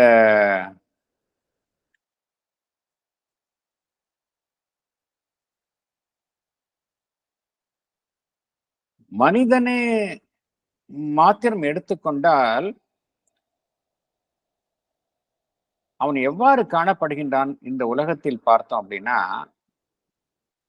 ஒரு தனிப்பட்ட மனிதனாகத்தான் ஒவ்வொருவரும் காணப்படுகின்றார்கள் இல்லையா? டிவிஷன் அதுதான் அடிப்படையால இருக்கு. மனிதன் அப்படிங்கிறனாலே ஒரு டிவைடட் பீயிங்கா தான் இருக்கிறான்.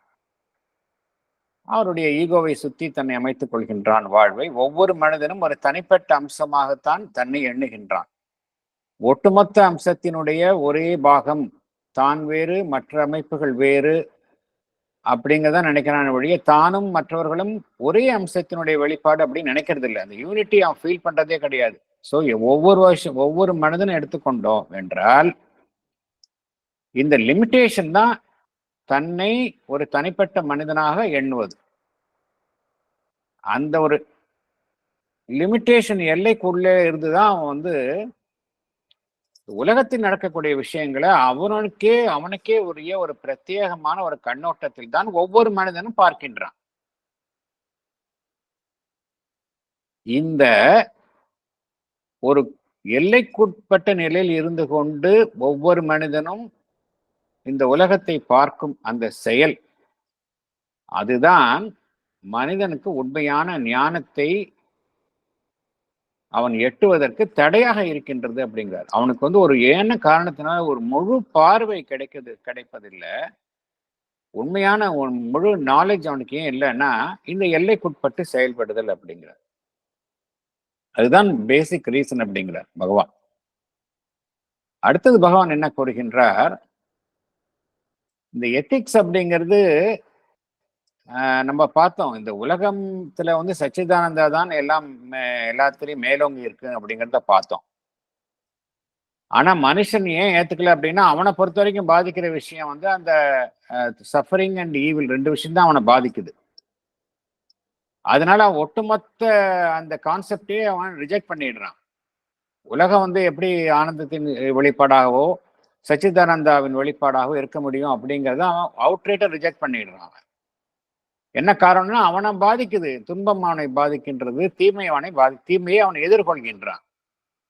ஸோ இது ப்ராப்ளம் இங்கதான் இருக்குது. இப்போ அதுக்கும் காரணம் பார்த்தோம், மனிதன் வந்து ஒரு எல்லைக்குட்பட்ட நிலையில் செயல்படுகின்றான் அப்படிங்கிறத பார்த்தோம். சரி, அப்படின்னா மனிதனுக்கு கீழே இந்த அம்சங்கள்லாம் இருக்கா இல்லையா, மனிதனுக்கு மேலே இந்த அம்சங்கள்லாம் இருக்கா இல்லையா அப்படிங்கிறது பார்த்தோம் அப்படின்னா, மனிதனுக்கு கீழே உள்ள அம்சம் எது இருக்கு அப்படின்னு பார்த்தோம் அப்படின்னா அந்த மெட்டீரியல் நேச்சர், இயற்கையினுடைய செயல்பாடுகள் தான் மனிதனுக்கு கீழே இருக்கு. Material nature. மெட்டீரியல் நேச்சர்ல வந்து எத்திக்ஸ் இருக்கா இல்லைன்னா கண்டிப்பா அதுக்கு அப்ளிகபிளே கிடையாது. மனிதனுக்கு கீழே இருக்கக்கூடிய விலங்கினத்துக்கு இது அப்ளிகபிள் கிடையாது. நம்ம வந்து ஒரு புலி வந்து ஒரு மானை அடித்து சாப்பிடுவதை நம்ம வந்து அதுக்காக வந்து புலியை வந்து நம்ம வந்து அது பனிஷ் பண்ண முடியாது. நம்ம மனுஷன் அது மாதிரி செஞ்சா நம்ம பனிஷ் பண்றோம், அவனை அக்யூஸ் பண்ணி நம்ம வந்து we are putting the blame on him. But ஒரு புலி அது மாதிரி செஞ்சா நம்ம புலியை வந்து அது மாதிரி பனிஷ் பண்றது கிடையாது. அதே போல ஒரு இயற்கை ஒரு பேரழிவை ஏற்படுத்தினா அந்த இயற்கையை நம்ம கன்விக்ட் பண்றது கிடையாது. அப்படின்னா என்ன அர்த்தம், அந்த எத்திக்ஸ் அப்படிங்கிறது இதெல்லாம் வந்து மனிதனுக்கு கீழே வந்து அப்ளிகபிள் ஆகிறது இல்லை அப்படிங்கிறத பார்த்தோம். மனிதன் என்கின்ற நிலையிலிருந்து தான் எத்திக்ஸ் ஆரம்பிக்கின்றது. இதன் அடிப்படையில் தான் நம்மால வந்து இந்த இன்பம் துன்பம் அப்படிங்கிற விஷயத்தெல்லாம் பார்க்கிறோம். இது என்ன காரணத்தினால் ஏற்படுகின்றது? எப்படி இந்த எத்திக்ஸ் என்ப தார்மீக நெறிகள் உருவாகுவதற்கு என்ன காரணம்? அடிப்படை காரணம் என்ன அப்படிங்கறத பத்தி தான் பகவான் விளக்குகின்றார். உள்ளே போகலாம். படிக்கட்டுமா sir? Yes madam. The origin of ethics is dislike or recoil. With the growth of egoistic mentality, this adverse reaction takes the forms of extreme aversion, dislike, disapproval. The conception of good and evil we apply to ourselves, and then we extend it to the whole community we belong and make it into a general approval of what is good and general disapproval of what is bad. Ethics represent a stage in evolution. Sachidananda has the urge to express itself at all levels. This urge is present in inanimate force and objects, not coming under the purview of ethics, non-ethical. The acts of animals are considered below the norms of ethics, infra-ethical. Thank you, sir. அடுத்ததையும் படிச்சிருங்க. அடுத்ததையும். Sir. In the case of man, it becomes anti-ethical because it permits us to hurt others while we disapprove it when it is done to us. In this respect, man is only half ethical. As all things below him are infra-ethical, so all things above him are supra-ethical. The stage man will eventually arrive which has no need of ethics. Thank you, sir. Thank you. இப்போ என்ன காரணத்தினால இந்த ethics தார்மீக நெறிகள் உருவாகின? ஏன்னா தார்மீக நெறிகளின் அடிப்படையில் தான் நம்ம வந்து இந்த தீமை என்பதை நாம் குற்றம் கண்டம் பண்றோம். தீமைன்னு இருந்தது அப்படின்னா தீமையை நாம் ஏற்றுக்கொள்வதில்லை. எதன் அடிப்படையிலன்னா தார்மீக நெறிகள். நம்ம சில விதிமுறைகளை வைத்த சொசைட்டி ஃபங்க்ஷன் ஆகணும் அப்படின்னா திஸ் இஸ் குட், இதுதான் அக்செப்டபிள் நார்ம்ஸ் ஆஃப் பிஹேவியர். இது மாதிரி இதுக்கு அக்செப்டபிள் நார்ம்ஸ்ல இல்லை அப்படின்னா நம்ம வந்து அது ஈவில் அப்படிங்கிறோம். நம்ம அதை வந்து நம்ம வந்து வி டோ நாட் அக்செப்ட். இது எதன் அடிப்படையில் இதெல்லாம் தோன்றியது அப்படின்னா,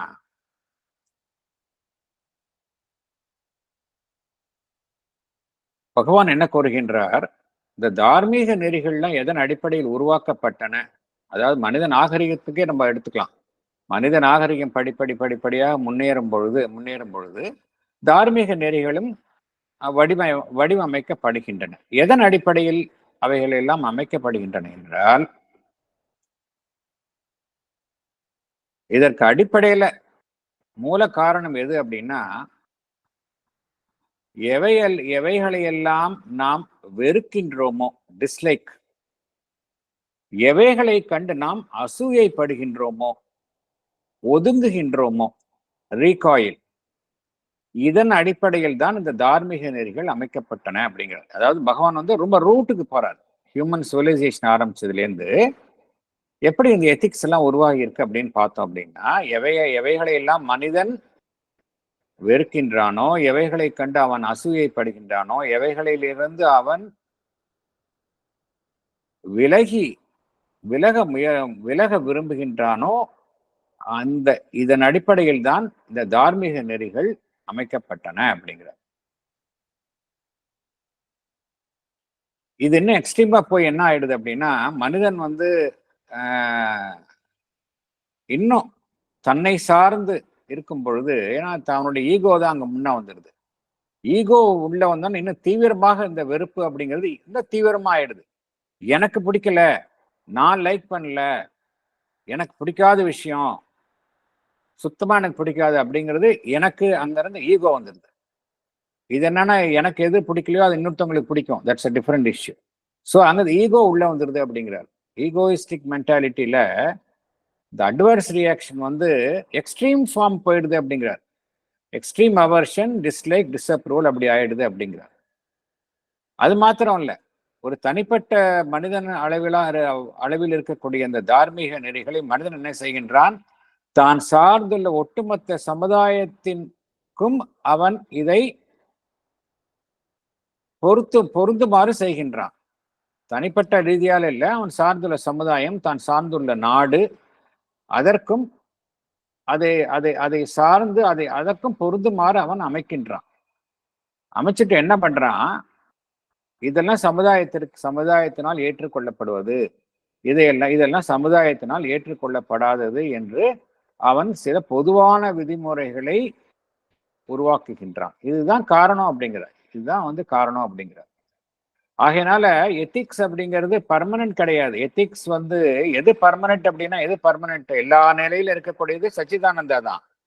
எத்திக்ஸ் கிடையாது. இது ஞாபகம் வச்சுக்கணும். எல்லா நிலையிலும் இருக்கக்கூடியது மேட்டர், லைஃப், மனிதனுக்கு அப்பாற்பட்ட நிலை, எல்லா நிலையிலும் இருக்கக்கூடிய சச்சிதானந்தா தான். எத்திக்ஸ் மனிதன் என்கின்ற நிலையில தான் உருவாகின்றது. ஸோ அந்த அடிப்படையில் நம்ம எப்படி நம்ம இந்த உலகத்தை பிளேம் பண்ண முடியும்? சச்சிதானந்தாவின் வெளிப்பாடு இல்லை அப்படின்னு நம்ம எப்படி பிளேம் பண்ண முடியும்? அதைத்தான் பகவான் குறிப்பிடுகின்றார். எத்திக்ஸ் இந்த உலக சமுதாயத்தினுடைய மனித நாகரிகத்தினுடைய பரிணாம வளர்ச்சியில ஒரு நிலை. It is a stage in evolution. எத்திக்ஸ்ங்கிறது ஒரு ஸ்டேஜ் இன் எவல்யூஷன் அப்படிங்கிறார். வேற சச்சிதானந்தா எல்லா நிலையிலும் இருக்கு அப்படிங்கிறார். எல்லா நிலையிலும் அது இருக்குது. அது சச்சிதானந்தா அரிஸ்ட் டு எக்ஸ்பிரஸ். சச்சிதானந்தா சடநிலையிலும் தன்னை வெளிப்படுத்திக் கொள்கின்றது, வாழ்வு நிலையிலும் தன்னை வெளிப்படுத்திக் கொள்கின்றது, மனிதன் என்கின்ற நிலையிலும் வெளிப்படுத்திக் கொள்கின்றது, மனிதனுக்கு மேலுள்ள நிலையிலும் அது வெளிப்படுத்திக் கொள்கின்றது. ஆகையினால மனிதனுக்கு கீழ் உள்ள நிலைகளை நம்ம என்ன சொல்றோம்? இன்ஃப்ரா எத்திக்கல் அப்படிங்கிறோம். எத்திக்ஸ்க்கு அங்க அப்ளிகபிளே கிடையாது. மனிதனுக்கு மேலுள்ள நிலையை சூப்பரா எத்திக்கல் அப்படிங்கிறோம். ஆனா மனிதனுக்கு மாத்திரம்தான் எத்திக்கல் இது பொருந்தும் அப்படின்னு நம்ம சொல்றோம். ஆனா பகவான் இங்க ஒரு சட்டாரிக்கலா ஒரு விஷயம் சொல்றாரு. மனிதன் எத்திக்கலா மாத்திரம் இல்ல, அவன் ஆன்டி எத்திக்கலா இருக்கிறான். அதுதான் விஷயம். இங்க வேற எந்த நிலையிலும் காணப்படாத ஒரு விசேஷமான அம்சம் மனிதனிடம் காணப்படுகின்றது. மனிதனுக்கு கீழ் உள்ள அம்சம்லாம் எத்திக்ஸுக்கு அப்பாற்பட்டு இருக்கின்றது. மனிதனுக்கு மேல் உள்ள அம்சமும் எத்திக்ஸுக்கு அப்பாற்பட்டு இருக்கின்றது. மனிதன் தான் எத்திக்ஸ் அப்படிங்கிறது பொருந்தும். ஆனா அது மாத்திரம் இல்ல, மனிதனுடைய செயல்பாடு எப்படி இருக்குதுன்னு பார்த்தோம்னா, அவனுடைய யார்ட் ஸ்டிக்லயே வச்சு பார்த்தோம் அப்படின்னா எத்திக்ஸுக்கு புறம்பாக இருக்கின்றது, ஆன்டி எத்திக்கலா இருக்கு அப்படிங்கிறார் பகவான். என்ன காரணம்? மனிதன் என்ன செய்கின்றான்? மனிதன் தான் எதையெல்லாம் ஏற்றுக்கொள்கின்றானோ அல்லது தான் எதையெல்லாம் ஏற்க மறுக்கின்றானோ, தனக்கு எதுவெல்லாம் பொருந்தாது, ஏற்றுக்கொள்ளப்படாதது என்று விரும்புகின்றானோ அதை மற்றவர்களுக்கு அவன் இழைக்கின்றான். தீமை அப்படிங்கிறது எனக்கு பொருந்தாது. ஐ டிஸ்அப்ரூவ் இட். எனக்கு நான் தீமை இழைத்து கொள்ள நான் விரும்புவது கிடையாது. அதே சமயம் மற்றவர்களுக்கு தீமை இழைப்பதற்கு நான் தயங்குவது இல்லை. அப்படின்னா என்ன அர்த்தம்? மனிதன் ஆன்டி எத்திக்கலா இருக்கான் அப்படிங்கிறாரு. அவனுடைய ஸ்டாண்டர்ட்ஸ்லயே பார்த்தோம் அப்படின்னா மனிதன் ஆன்டி எத்திக்கலா இருக்கான். ஸோ இந்த எத்திக்ஸுங்கிற சப்ஜெக்ட் பார்த்தோம் அப்படின்னா it is applicable to man only அப்படிங்கிறார். ஆனா எத்திக்ஸ் தேவை அப்படிங்கிறார். எத்திக்ஸ் தேவை. ஏன்னா மனிதனுடைய நாகரிகத்துல முன்னேறுவதற்கு அது ஒரு டூலா இருக்கு, அவ்வளவுதான் அப்படிங்கிறார். பட் அதை வச்சு நம்ம எல்லாத்தையும் ஜட்ஜ் பண்ண முடியாது அப்படிங்கிறார். அடுத்தது போகலாம்.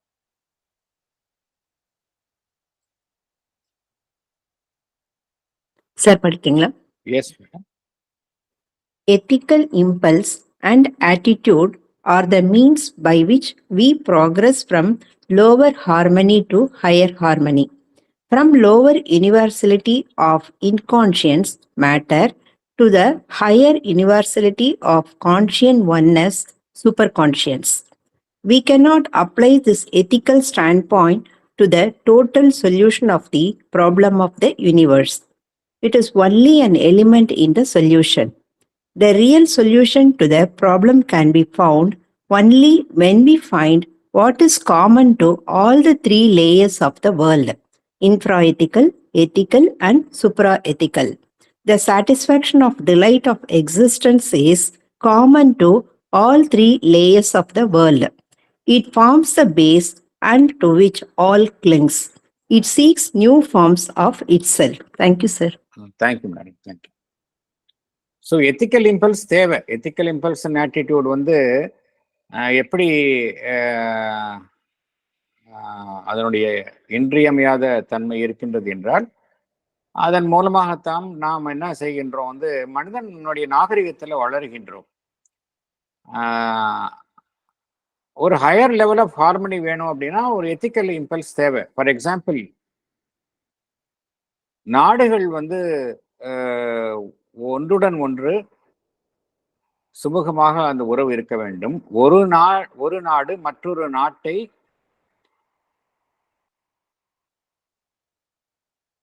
மற்றொரு நாட்டினுடைய தன்னுடைய அதிகாரத்திற்குள் மற்றொரு நாட்டினை உட்படுத்தக்கூடாது என்பது ஒரு பொதுவான விதி. அதன்படிதான் இந்த உலகத்துல எல்லாமே நடக்கின்றது. ஒரு வெவ்வேறு டிஃப்ரெண்ட் கண்ட்ரிஸ் இருக்கு. இதுல என்ன ஒரு அடிப்படையான ஒரு விதி இருக்கின்றது என்றால், ஒரு நாடு மற்றொரு நாட்டினுடைய ஒரு வெல்ஃபேர், அதுக்கு பங்கம் விளைவிக்க கூடாது. ஒவ்வொரு நாடும் அந்தந்த நாட்டு எல்லைக்குள்ள அது தனியா இருக்கலாம். ஆனா ஒரு நாடு மற்றொரு நாட்டின் மீது தன்னுடைய ஆளுமையை செலுத்துவதோ அதிகாரத்தை செலுத்துவதோ தலையிடுவதோ கூடாது என்பது ஒரு பொதுவாக விதியாக பார்த்தோம் அப்படின்னா கடந்த ஒரு நூற்றாண்டுகளா ஒரு 2 நூற்றாண்டுகளா அப்படிதான் ஆயிடுச்சு. நிறைய இன்டர்நேஷ்னல் லெவல் ஆர்கனைசேஷன்லாம் ஆரம்பித்தார்கள். யுஎன்ஓ, யுனெஸ்கோ, கல்ச்சரல் எக்ஸ்சேஞ்சுக்காக யுனெஸ்கோ பார்த்தோம். உலக அளவிலான நிறுவனங்கள்லாம் ஆரம்பிச்சிருக்கு. என்ன காரணம் அப்படின்னா, இன்ஸ்டிடியூஷன்ஸ்லாம் எதுக்கு அப்படின்னா ஒரு ஹார்மனி இருக்கணும். அப்போதான் வந்து ஹார்மனி இருக்கும். அதர்வைஸ் ஒரு நாடு இன்னொரு நாட்டு மேலே நாட்டை அபகரிக்கும். இது மாதிரி தவறான விஷயங்கள்லாம் நடக்கும். But despite that it is also happening. But still இந்த தார்மீக நெறிகள், நியாயம், இந்த ரூல்ஸ், இதெல்லாம் வந்து சட்டத்திட்டங்கள் எதுக்காக இருக்கு அப்படின்னா ஒரு ஆர்டர் கொண்டு வரணும். சமுதாயத்திலேயே எடுத்துக்கிட்டோம் அப்படின்னா நிறைய நம்ம சட்டத்திட்டங்களை வச்சிருக்கோம். ஒரு மற்றவர்களுடைய பொருளை நாம் அபகரிக்க கூடாது அப்படிங்கிற ஒரு விதியை வச்சிருக்கோம். மற்றவர்களுக்கு தீங்கு செய்யக்கூடாது அப்படிங்கிற ஒரு விதியை வச்சிருக்கிறோம். இந்த விதிகள்ல எதற்காக ஏற்படுத்தப்பட்டன என்றால், இந்த சமுதாயத்துல வந்து நாடுகளாகட்டும் மனிதர்களாகட்டும் பரஸ்பரம் சுமூகமாக இருக்க வேண்டும் அப்படிங்கிற ஒரு எண்ணத்தில் தான் இந்த தார்மீக நெறிகள் எல்லாம் வகுக்கப்பட்டன. ஒரு ஹையர் லெவல் ஆஃப் ஹார்மனி போகணும் தான் எல்லாமே ஏற்படுத்தப்பட்டன. ஒரு உயர் தரத்தில் உள்ள ஒரு ஒத்திசைவு. ஏன் பகவான் வந்து லோவர் ஹார்மனி டு ஹையர் ஹார்மனின்னு சொல்றாரு அப்படின்னா, நம்ம கீழுள்ள நிலைகளிலும் பார்த்தோம் அப்படின்னா ஒரு ஹார்மனி இருக்கு. அனிமல்ஸ் லெவல்லையும் ஒரு ஹார்மனி இருக்கு. பிளான்ஸ் லெவல்ல பார்த்தோம்னா ஒரு ஹார்மனி இருக்கு. மெட்டீரியல் லெவல்லையும் ஒரு ஹார்மனி இருக்கு. அதெல்லாம் லோவர்ல ஹார்மனி. மனிதன் என்கின்ற வந்தோன்னா ஒரு ஹையர்ல ஹார்மனிக்கு போறான். அதைத்தான் பகவான் வந்து lower harmony to higher harmony அப்படிங்கிறார். மனிதனை எது வந்து அந்த உயர் தளத்தில் உள்ள அந்த ஹார்மனி ஒத்திசைவுக்கு இட்டு செல்கின்றது என்றால் இந்த எத்திக்ஸ். ஆனா இந்த எத்திக்ஸை வந்து நம்ம வந்து ஒட்டுமொத்த இந்த பிரபஞ்சத்தினுடைய பிரச்சனைக்கு நம்ம வந்து அப்ளை பண்ண முடியாது அப்படிங்கிற எல்லா லெவல்லையும் காமனா இருக்கு. இப்ப எத்திக்ஸ் வந்து ஒன்லி மனிதன் என்கின்ற நிலையில் தான் வந்து அது வந்து பொருந்தும். ஆனா எல்லா 3 நிலைகளை பார்க்கிறோம். மனிதனுக்கு கீழ் உள்ள நிலை, மனிதன் என்கின்ற நிலை, மனிதனுக்கு மேல் உள்ள நிலை. அதைத்தான் பகவான் இன்ஃப்ரா எத்திக்கல், எத்திக்கல், சூப்ரா எத்திக்கல் அப்படின்னு 3 நிலைகளாக வகைப்படுத்துகின்றார். இந்த 3 நிலைகளுக்கும் பொதுவாக உள்ளது எது அப்படின்னு பார்த்தோம் அப்படின்னா, நம்ம ஆரம்பத்திலே பார்த்து அந்த கருத்து என்ன கருத்து? ஆனந்தம் தன்னை எல்லா நிலைகளிலும் வெளிப்படுத்தி கொள்கின்றது அப்படிங்கிறது தான் எல்லா நிலையிலும் இருக்கக்கூடிய பொதுவான அம்சம் அப்படிங்கிறார். Satisfaction of delight of existence எல்லா லெவல்லையும் பொதுவாக இருக்கு அப்படிங்கிறார். All the 3 layers of the world அப்படிங்கிறார். இதுதான் அடிப்படை அப்படிங்கிறார். இதுதான் பேஸ். இதை ஒட்டித்தான் அனைத்துமே அமைந்துள்ளன அப்படிங்கிறார். இதுதான் தன்னை வெவ்வேறு ரூபங்களில் வெளிப்படுத்திக் கொள்கின்றது அப்படிங்கிறார். அடுத்தது போகலாம். Yes madam.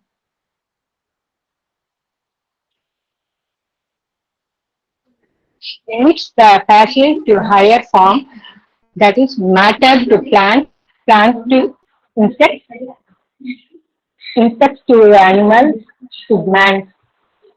There is intervention of pain and suffering. As consciousness evolves into life forms, pain and suffering are felt, which contradict the fundamental delight of being. This alone is root problem for all pain and suffering. Buddhists are of a view that only by escaping into nirvana, nihil or nothing, we can get rid of pain and suffering. This is wrong. The zero, that is shunya, nothing, of Buddhists is said to contain all the potentialities and the solution in itself. This statement is self-contradictory. Only by returning to our original conception of Satchidananda can we look for a foundation on which a completer solution to the problem of evil and suffering is possible. Thank you.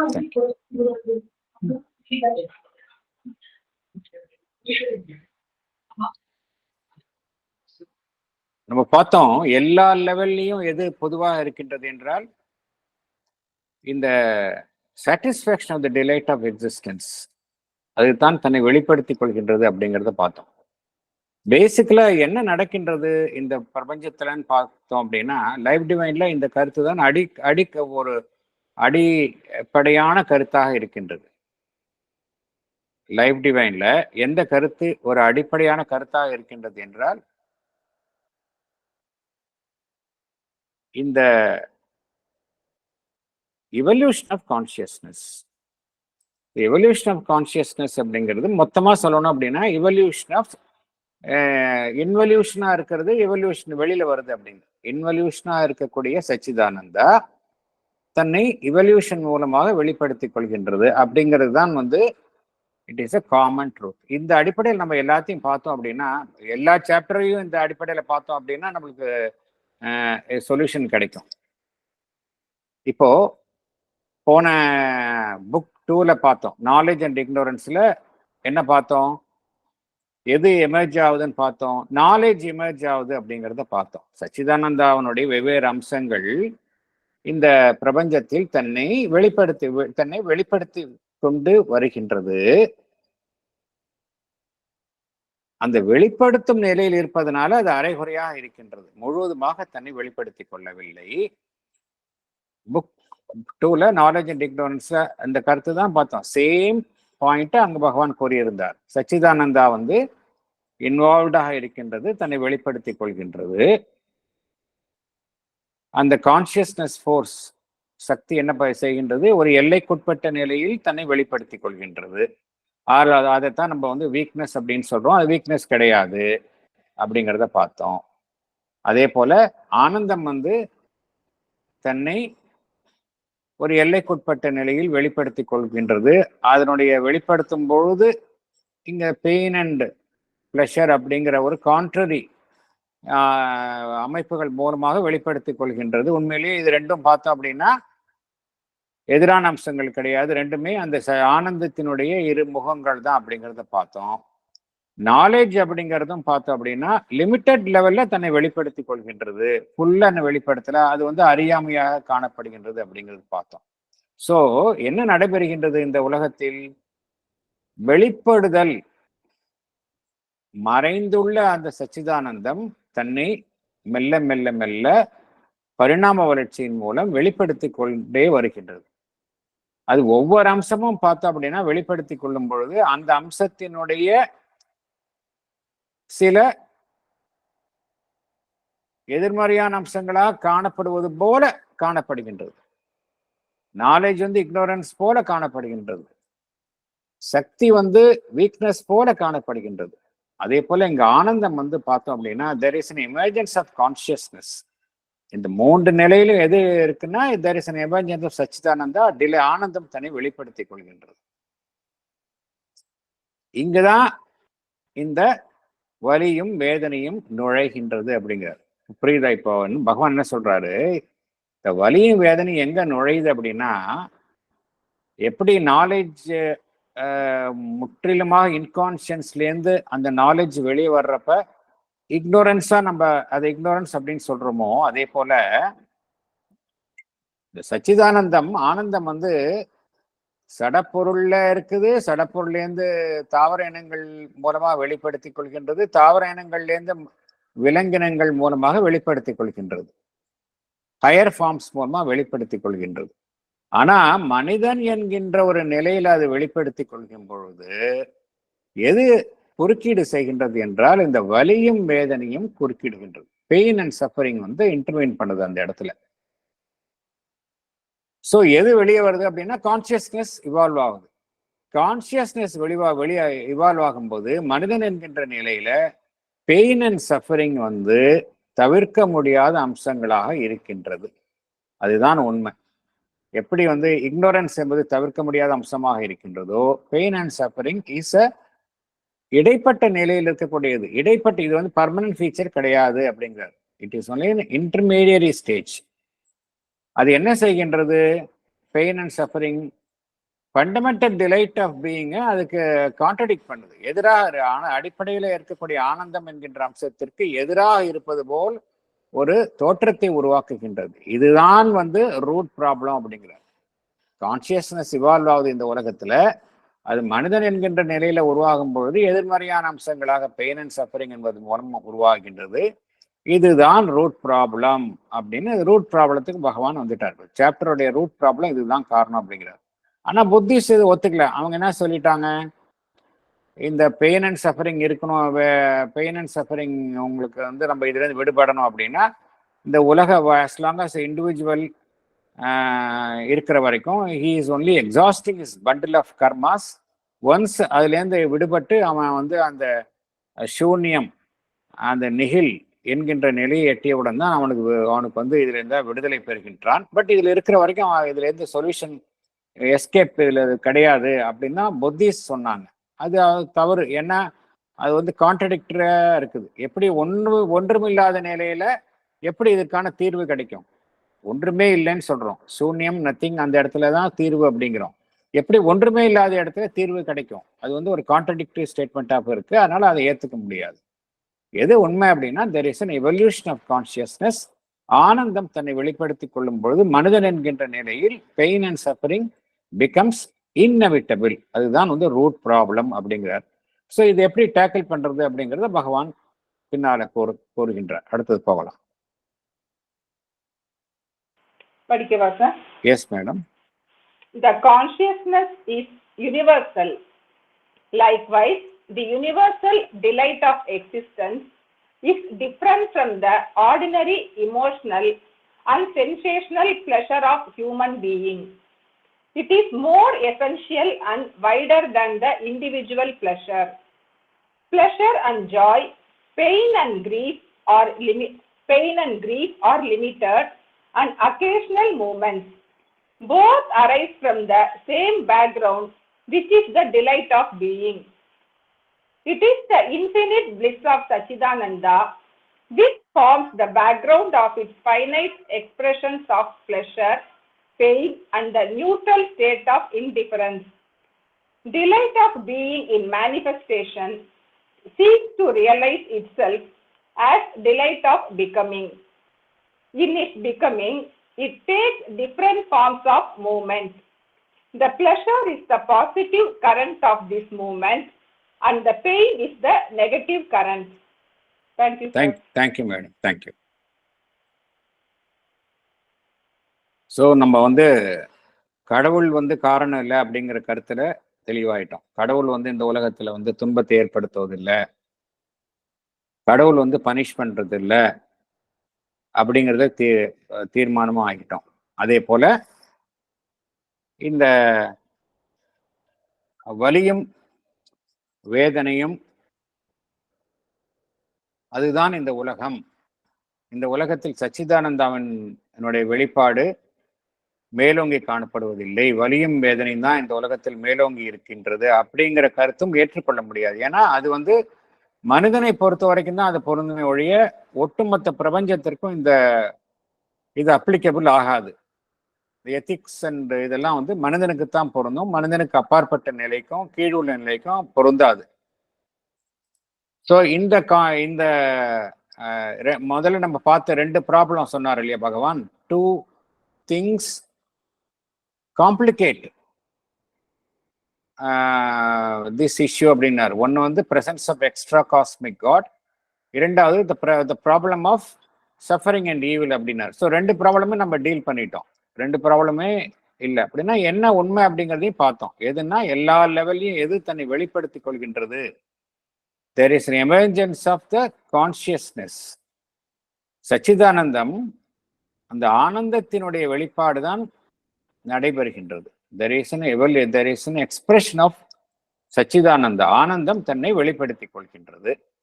அது எல்லா லெவலையும் வெளிப்படுத்திக் கொள்கின்றது. மனிதன் என்கின்ற நிலை, அதுக்கு கீழுள்ள நிலைகள், எல்லா நிலைகளிலும் வெளிப்படுத்திக் கொண்டே வருகின்றது. மனிதன் என்கின்ற நிலையில வெளிப்படுத்திக் கொள்ளும் பொழுதுதான் அது அங்க அந்த கான்ட்ரரி எலிமெண்ட்ஸ் எல்லாம் வருது. பெயின் அண்ட் சஃபரிங் அப்படிங்கிறது உருவாகுகின்றது அப்படிங்கிற கருத்து அந்த கருத்துக்கு நான் வந்திருக்கோம். நம்ம இந்த யூனிவர்சல் டிலைட் அப்படின்னா ஆனந்தம். ஆனா எப்படிப்பட்ட ஆனந்தம்? அது தனிப்பட்ட அளவில் மாத்திரம்தான் இருக்கின்றதா அப்படின்னா இல்லை. அந்த ஆனந்தம் எப்படி இருக்கு அப்படின்னா பிரபஞ்சம் அளாவிய அளவிற்கு இருக்கின்றது. எப்படி இந்த சச்சிதானந்தத்தினுடைய ஆனந்தம் இந்த பிரபஞ்சத்தில் காணப்படுகின்றது என்றால் யூனிவர்சலா இருக்கு. எப்படி சன்லைட் யூனிவர்சலா இருக்கு, ஒரு தனிப்பட்ட மனிதனை சார்ந்து இருப்பதில்லையோ அதே போல இந்த ஆனந்தம் எப்படி இருக்கின்றது என்றால் தனி மனிதனை சாராமல் பிரபஞ்சம் ரீதியாகத்தான் இந்த ஆனந்தம் இருக்கின்றது. அது நாம் எதிர்கொள்ளக்கூடிய உணர்ச்சி பூர்வமான புலன்களை சார்ந்து இருக்கும் இன்பம் அது அல்ல அப்படிங்கிறார். அதை கடந்து அதை விட விரிந்து பறந்ததுதான் இந்த யூனிவர்சல் டிலைட் அப்படிங்கிறார். நாம் எதிர்கொள்ளக்கூடிய அந்த pleasure and Joy and pain, grief, இதெல்லாம் துன்பம், இன்பம், துயரம், இதெல்லாம் ஒரு லிமிட்டட் மூமெண்ட்ஸ், அக்கேஷனல் மூமெண்ட்ஸ் அப்படிங்கிறார்.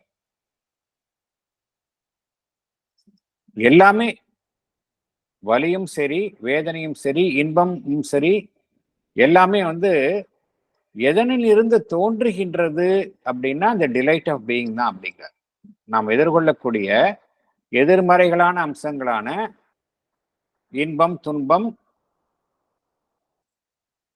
அதே போல இன்பத்திற்கு எதிரான அந்த வலி, இதெல்லாமே பார்த்தோம் அப்படின்னா அதனுடைய காமன் பேக்ரவுண்ட் சச்சிதானந்தம், அந்த டிலைட் ஆஃப் பீயிங் அப்படிங்கிறார்.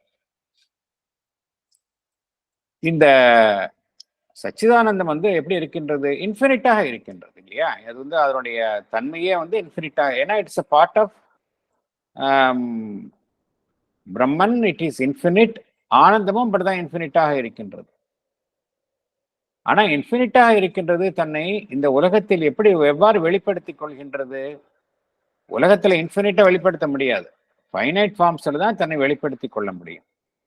ஃபைனைட் எக்ஸ்பிரஷன்ஸ் எப்படி இருக்கு?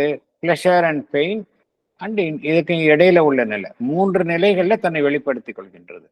ஒரு புறம் இன்பம், மறுபுறம் வலி, இதற்கு இடையில ஒரு 2 கெட்டா நிலை. இந்த 3 அம்சங்களின் மூலம் அந்த சச்சிதானந்தம் தன்னை குறுகிய அளவில் வெளிப்படுத்திக் கொள்கின்றது. பகவான் என்ன கூறுகின்றார்? நம்ம பார்த்தோம். சச்சிதானந்தம், ஆனந்தம் என்பது, செல்ஃப் டிலைட் என்பது அனைத்தினுள்ளும் இருக்கின்றது, எல்லா லெவலும் இருக்கிறது அப்படிங்கிறத பார்த்தோம். டிரான்செண்டன்ட் லெவல்லையும் இருக்குது, எல்லா லெவல்லையும் இருக்கு அப்படிங்கிறத பார்த்தோம்.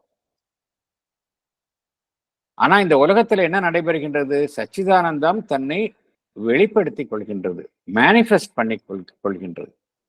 ஆகையினால இந்த ஆனந்தம், டிலைட் ஆஃப் பீயிங்னா என்ன அர்த்தம்? வெளிப்படுத்திக் கொள்வதற்கு முந்தைய நிலை தான் பீயிங் அப்படிங்கிறது. பிகமிங் அப்படின்னு என்ன அர்த்தம்? இந்த உலகத்தில் தன்னை வெளிப்படுத்திக் கொள்ளும் நிலை தான் பிகமிங் அப்படிங்கிறோம். அந்த பரம்பொருள் இந்த உலகத்தில் தன்னை வெளிப்படுத்திக் கொள்ளும் நிலை பிகமிங். இந்த ஆனந்தம் வெளிப்படுத்தாத நிலையிலிருந்து வெளிப்படுத்தும் நிலையில் தன்னை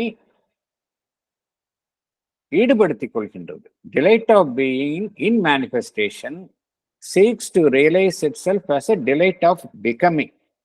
அதாவது ஆனந்தம் தானாகவே சுயமாக இருப்பது ஒன்று. அதே சமயம் அது இந்த பிரபஞ்சத்தில் வெவ்வேறு வடிவங்கள் அமைப்புகளின் மூலம் வெளிப்படுத்திக் கொள்வதன் மூலம் தன்னை ஆனந்தத்தை வெளிப்படுத்திக் கொள்கின்றது அப்படிங்கிறார் பகவான்.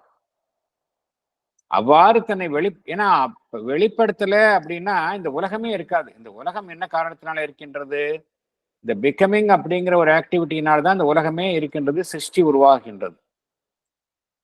அவ்வாறு தன்னை வெளிப்படுத்திக் கொள்ளும் பொழுது வெவ்வேறு வடிவங்களின் மூலமாக அது தன்னை வெளிப்படுத்திக் கொள்கின்றது. அதுல பகவான் என்ன சொல்கின்றார்? ரெண்டு எதிர்மறைகளான விஷயங்களின் மூலம் அது தன்னை வெளிப்படுத்திக் கொள்கின்றது அப்படிங்கிறார். ஒன்று பிளஷர் அப்படிங்கிறார், இது பாசிட்டிவ் கரண்ட் அப்படிங்கிறார்.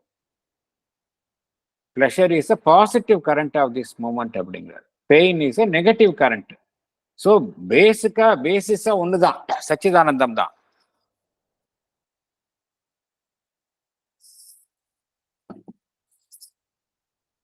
அது நேர்மறையான அம்சமான இன்பமாகவும் எதிர்மறையான அம்சமான வலியாகவும் தன்னை வெளிப்படுத்திக் கொள்கின்றது அப்படிங்கிறார். ஸோ பேசிக்கா ஒண்ணுதான், அதுதான் நாம் புரிஞ்சுக்கணும்.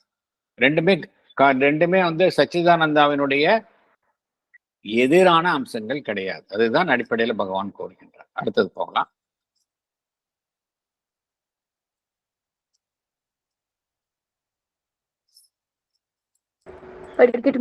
Yes, madam. From the subconscious level, this self-delight seeks to realize itself in life and mind by its emergence in the becoming. Its first movement happens between the two ends of pain and pleasure. Yet its ultimate goal in the movement is to make itself known in the purity of the supreme delight of being. The delight of being is universal, self-existent and objectless. Sachitananda moves towards realization of this delight in the flowing out of particular experiences and objects. Once we become aware of this self-delight, then we shall not seek external objects to make us happy. Instead, objects we possess will merely reflect the delight which is already within us. Thank you, sir. Thank you. நம்ம பார்த்தோம், எல்லாமே தன்னை வெளிப்படுத்திக் கொள்கின்றது அப்படிங்கிறத பார்த்தோம். வெளிப்படுத்திக் கொள்கின்ற நிலையில தான் இந்த உலகம் இருக்கு. அதே போல அந்த ஆனந்தம் அப்படிங்கிறதும் சுயமாக தன்னுள்ளே இருக்கக்கூடிய ஆனந்தம், செல்ஃப் டிலைட். அது வாழ்வின் மூலமாகவும் மனதின் மூலமாகவும் தன்னை வெளிப்படுத்திக் கொள்கின்றது. அது ஹியூமன் பீயிங்ல வெளிப்படுத்திக் கொள்ளும் பொழுது எப்படின்னா, அந்த பெயின் அண்ட் ப்ரெஷர் அப்படிங்கிற வலியும் இன்பமும் அப்படிங்கிற ஒரு இரண்டு எதிரான அம்சங்களின் வழியாக தன்னை வெளிப்படுத்திக் கொள்கின்றது. ஆனா இது இடைப்பட்ட நிலைதான், இது இறுதியான நிலை கிடையாது. இறுதியாக அதனுடைய இலக்கு என்னவென்றால், அந்த சுப்ரீம் டிலைட், இருமைகளே இல்லாத, அந்த டியூவாலிட்டிஸே இல்லாத சுப்ரீம் டிலைட் ஆஃப் பீயிங், அதுவாகத்தான் தன்னை வெளிப்படுத்திக் கொள்ள வேண்டும் என்பதுதான் இறுதியான இலக்கு. அதை நோக்கித்தான் நாம் செல்கின்றோம். அதனால்தான் இடைப்பட்ட, எப்படி இக்னோரன்ஸ் என்பது நம்ம பார்த்தோம், மீடியேட்டரி ஸ்டேட்டஸ் அப்படிங்கிறத பார்த்தோம். அதே போலதான் இங்க பெயின் அண்ட் ப்ரெஷர் அப்படிங்கிறது ஒரு மீடியேட்டரி ஸ்டேட்டஸ் தான். அல்டிமேட்டா நம்ம எதை நோக்கி போயிட்டு இருக்கோம் அப்படின்னா, இந்த சுப்ரீம் டிலைட் ஆஃப் பீயிங், அதுதான் அல்டிமேட்டா போயிட்டு இருக்கிறோம். சோ இந்த சச்சிதானந்தா என்ன செய்கின்றது? அந்த ஆனந்தம், முழுமையான ஆனந்தம், அதை எட்டுவதற்காகத்தான் அதனுடைய இங்க செயல்பாடு நடந்து கொண்டு இருக்கின்றது அப்படிங்கிறார். பகவான் என்ன கூறுகின்றார்? இப்போ ஒரு ஒரு சில அனுபவங்கள் நமக்கு கிட்டுகின்றது, புறத்தில் ஏற்படக்கூடிய அனுபவங்கள். புற விஷயங்கள், அதன் மூலமாக நம்ம மகிழ்ச்சியை அனுபவிக்கிறோம் இல்லையா? எல்லாருமே வாழ்க்கையில புற நமக்கு வெளியில இருக்கிற விஷயத்தின் மூலமாக சில சில எக்ஸ்பீரியன்ஸ், சில நிகழ்வுகள், வாழ்க்கையில் நடக்கக்கூடிய இனிமையான சம்பவங்கள், இல்லை ஒரு பொருள், இதன் மூலமாகத்தான் வெளியிலேருந்து இட் மே பி எனிதிங், அதன் மூலமாக ஒரு இன்பமான அனுபவத்தை வாழ்வில் அனுபவிக்கிறோம். எல்லாருமே அப்படித்தான் அனுபவிக்கிறோம். சில பேருக்கு அது உணவாக இருக்கலாம், மியூசிக்காக இருக்கலாம், நல்ல புத்தகமாக இருக்கலாம், மனிதர்களாக இருக்கலாம், வெவ்வேறு அனுபவங்கள், அதன் மூலமாக மகிழ்ச்சியை அனுபவிக்கிறோம். அப்படி நடக்கும்போது என்ன உண்மையில நடக்குது அப்படின்னா, பகவான் என்ன கூறுகின்றார், அப்படிப்பட்ட ஒரு அனுபவம் ஏற்படும் பொழுது உண்மையிலேயே என்ன நடைபெறுகின்றது என்றால், இந்த புறத்தில் உள்ள அனுபவங்களின் மூலமாக நமக்கு உள்ளேயே இருக்கக்கூடிய ஆனந்தத்தை நாம் ஒரு எட்டி பார்க்கின்றோம் அப்படிங்கிறார். we became aware of this self delight அப்படிங்கிறார். அதாவது என்ன சொல்றாரு, சச்சிதானந்தா moves towards realisation of this delight. ஏன் நம்ம வந்து மகிழ்ச்சியை வந்து வெளியில நாடுறோம் அப்படின்னா, அதற்கு பேசிக்கா இதுதான் காரணம் அப்படிங்கிறார். ஏன் நம்ம வந்து துன்பத்தை நாடாம மகிழ்ச்சியை மாத்திரம் நாடுகின்றோம் அப்படின்னா, அது வந்து சென்சரி பிளஷரா கூட இருக்கலாம். ஆனா அதற்கு அடிப்படையில மூல காரணம் என்ன காரணம் அப்படின்னா, சச்சிதானந்தா வந்து அந்த வெளிப்பாட்டில் தன்னை வெளிப்படுத்திக் கொள்ள விரும்புகின்றது. அந்த பிகமிங்ல சச்சிதானந்தா வந்து தன்னை வெளிப்படுத்திக் கொள்ள விரும்புகின்றது. ஒரு குறிப்பிட்ட அனுபவங்களின் மூலமாகவும் பொருட்களின் மூலமாகவும் வெளிப்படுத்திக் கொள்ள விரும்புகின்றது. இது வந்து ஆரம்ப நிலை. ஆனா நாம வந்து நமக்குள்ளே இருக்கக்கூடிய ஆனந்தத்தை நம்ம வந்து பரிபூரணமா உணர்ந்த பின்னால நம்ம வந்து வெளியில வந்து இன்பத்தை நாட மாட்டோம். வெளியில கிடைக்கக்கூடிய அனுபவங்களின் மூலமாகவோ பொருட்களின் மூலமாகவோ இந்த ஆனந்தத்தை அடைய நாம் முயற்சி செய்ய மாட்டோம். ஏன்னா ஆல்ரெடி நமக்குள்ள இருக்கக்கூடிய ஆனந்தத்தை நாம் தொட்டு விட்டோம். இருந்தாலும் அந்த நிலையிலும் நாம் உபயோகிக்கும் பொருட்களும் சரி, நாம் எதிர்கொள்ளும் அனுபவங்களும் சரி எப்படி இருக்கும் அப்படின்னா, நமக்கு உள்ள இருக்கக்கூடிய ஆனந்தத்தை பிரதிபலிக்கும் விஷயங்களாகத்தான் இருக்குமே ஒழிய, அந்த வெளியில் உள்ள விஷயங்களின் மூலமாக ஆனந்தத்தை நாம் அடைய மாட்டோம் அப்படிங்கிறார். இது பகவான் சொல்லக்கூடிய ரொம்ப அற்புதமான கருத்து. ஆஸ் ஆஃப் நோ மனுஷன் எப்படி இருக்கிறான் அப்படின்னா, வெளியில இருக்கக்கூடிய அனுபவங்கள், கிடைக்கக்கூடிய சந்தோஷங்கள் மூலமாக அவன் இன்பத்தை அடைகின்றான். இது வந்து நவ் த மொமெண்ட் ஒரு பர்சன் வந்து தனக்குள்ளே இருக்கக்கூடிய ஆனந்தம், செல்ஃப் டிலைட், அதை தொட்டு விட்டான் என்றால் வெளியில இருக்கக்கூடிய விஷயத்தை நாட வேண்டிய அவசியம் இருக்காது. அப்படியே அவன் வெளியில இருக்கக்கூடிய அனுபவங்கள், பொருட்களை வந்து உபயோகித்தாலும் அவைகள் எல்லாம் அவன் உள்ளே இருக்கக்கூடிய ஆனந்தத்தை பிரதிபலிக்கும் அமைப்புகளாகத்தான் இருக்குமே ஒழிய, அவைகளின் மூலமாக அவன் ஆனந்தத்தை எட்டும் அமைப்புகளாக அவைகள் செயல்படாது அப்படிங்கிறார். Once we become aware of the self delight, then we shall not seek external objects to make us happy. Instead, objects we possess will merely reflect the delight which is already within us. ரொம்ப அற்புதமான ஒரு கருத்தை பகவான் கூறுகின்றார். அடுத்தது போகலாம். படிக்கணுமா sir? Yes. Human being is still an egoistic mental person. He has emerged out of the dim shell of matter. The delight of existence is neutral and half concealed in him, in his subconscious parts. That which is hidden at the roots of the pain and pleasure is the sap of delight. When the divine conscious force working secretly in us consumes our desires like the Vedic fire, the sap of delight which is at the root will emerge in new forms. These new forms will no more contain desire in them, but will have self existent satisfaction. Then the transformation of growths of pain and pleasures into divine ananda is possible because, in their essence, equally, both pleasure and pain are nothing but the delight of existence they see. Thank you, sir. Thank you, madam. Thank you. இப்ப நம்ம எல்லாருமே இந்த ஆனந்தத்தை அனுபவிக்கின்றோமா, ஏன் அனுபவிக்க முடியவில்லை அப்படின்னா, again நம்ம ஏற்கனவே பார்த்த காரணம் தான். நம்ம வந்து ஒரு எல்லைக்குட்பட்டு வாழ்கின்றோம். அதுவும் நம்ம ஈகோ அப்படிங்கிற சுத்தி தான் நம்ம வாழ்வு எல்லாம் அமைஞ்சிருக்கு. ஏன்னா நம்ம மெட்டீரியல் மேட்டர்லேருந்து நம்ம வந்திருக்கோம். இன்னும் அது நம்மளை இழுக்குது. மெட்டீரியல் அந்த தமஸ், இன்கான்ஷியன்ஸ் வந்து நம்ம இன்னும் இழுக்குது நம்மளுக்கு. அகைன் நம்ம மைண்ட் அப்படிங்கிற லெவல் வந்தோன்னே ஈகோயிஸ்டிக்கா தான் மெஜாரிட்டி. எல்லாரும் பொதுவாக மனிதர்கள் அப்படிதான் இருக்கிறாங்க. எல்லாருமே அப்படிதான் இருக்கிறாங்க. அந்த காரணத்தினால்தான் நம்மால வந்து நமக்கு உள்ளே இருக்கக்கூடிய அந்த ஆனந்தத்தை நம்மால உணர முடிவதில்லை அப்படிங்கிறார். அது நம்மளுக்குள்ளே இருக்கு அப்படிங்கிறார். ஹாஃப் கன்சீல்டா இருக்கு, மறைக்கப்பட்ட நிலையில நம்மளுடைய அடி உணர்வு தளங்கள்ல இருக்கு. But why we are not able to feel it அப்படின்னா, நமக்கு வெளியில தான் நம்ம பார்க்குறோம். என்னுடைய ஈகோவை எதெல்லாம் சாட்டிஸ்ஃபை பண்ணும் அப்படிங்கிறத நான் வெளியில பார்க்குறேன். ஸோ நான் as long as நான் வெளியில பார்க்குற வரைக்கும் எனக்கு உள்ள இருக்கிறத நான் வந்து காண தவறி விடுகின்றேன் அப்படிங்கிறார்.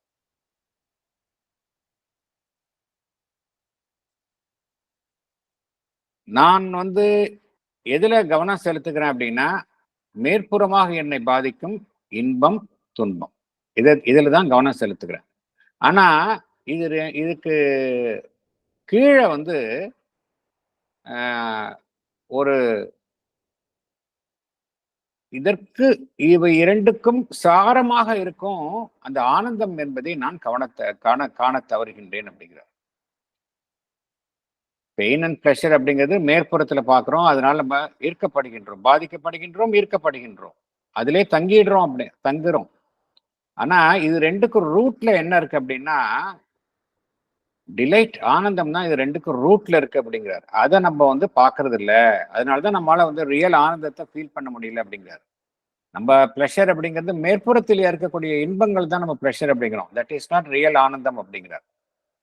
இது எப்ப மனிதனுக்கு சாத்தியம் அப்படின்னா, மனிதன் வந்து ஈகோ என்கின்ற தன் மனதை சார்ந்த உணர்வு நிலையில் இருந்து ஒரு ஹையர் லெவலுக்கு போகும் பொழுது, ஒரு ஹையர் லெவல் ஆஃப் கான்சியஸ்னஸ்க்கு போகும் பொழுது, நம்முடைய ஈகோவை சார்ந்திருக்கும் அந்த ஆசைகள், டிசையர் தான் வந்து நம்மளால வந்து டிசையர்ஸ் இருக்கிறதுனால தான் நம்மால வந்து உண்மையான ஆனந்தத்தை வந்து நம்மளால அனுபவிக்க முடியல அப்படிங்கிறார்.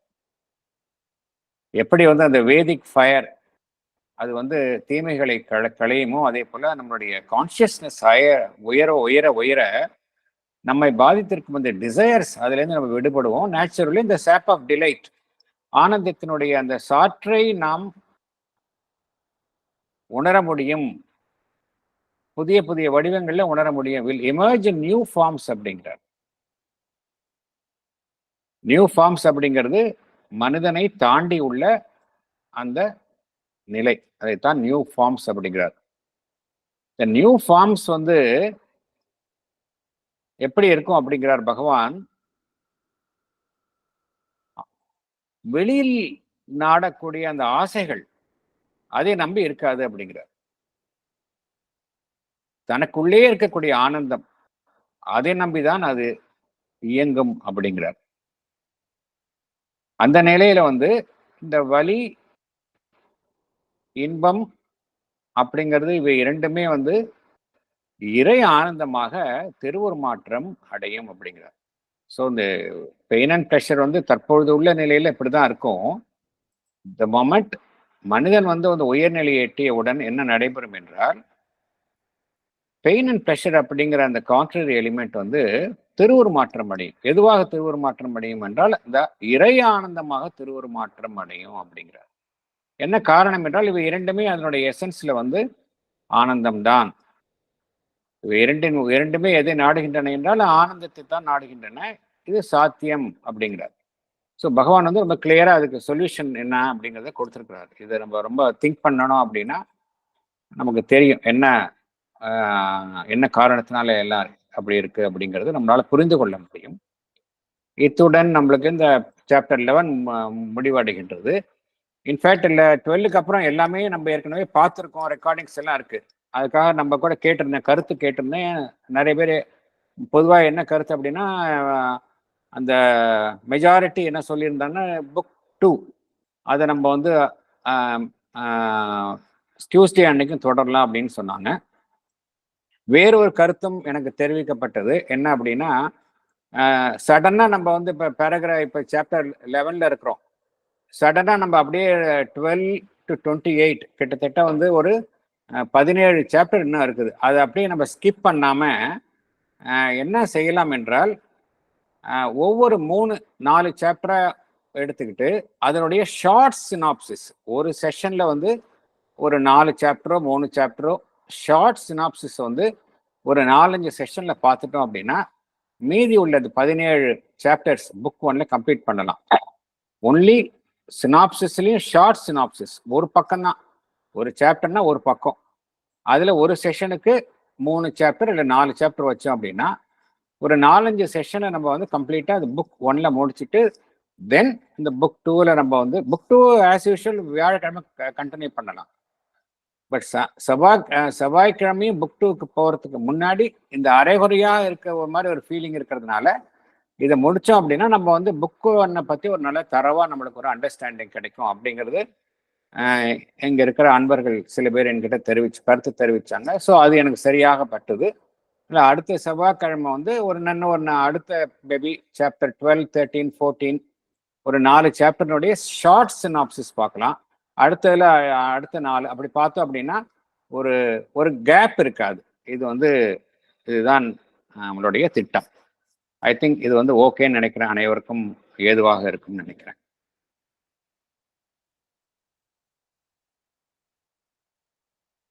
வேறு ஏதாவது கருத்துக்கள் பகிர்ந்து கொள்ளணும் அப்படின்னா பகிர்ந்து கொள்ளலாம்.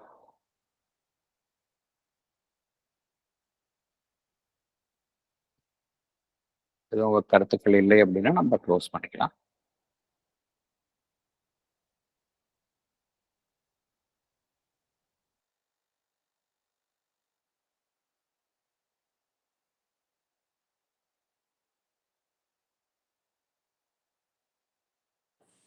Sir, excuse me, sir.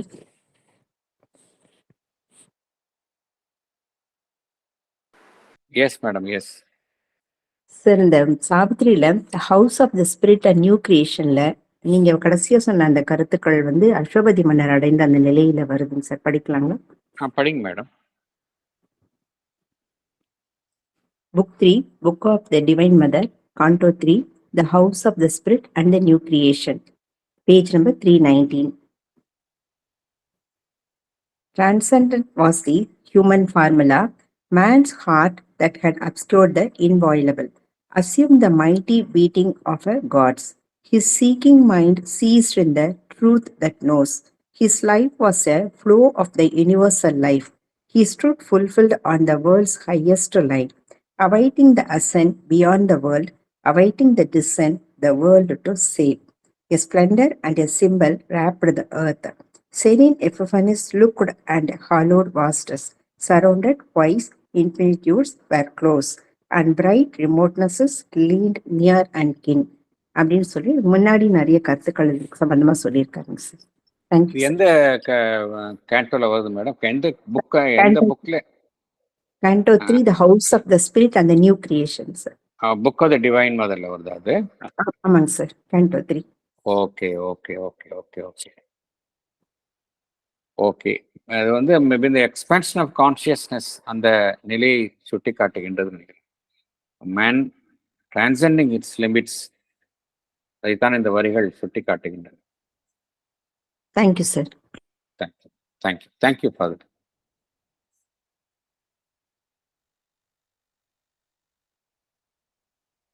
வேற எதுவும் கருத்துக்கள் இல்லை அப்படின்னா முடிச்சுக்கலாம் நம்ம செஷன்.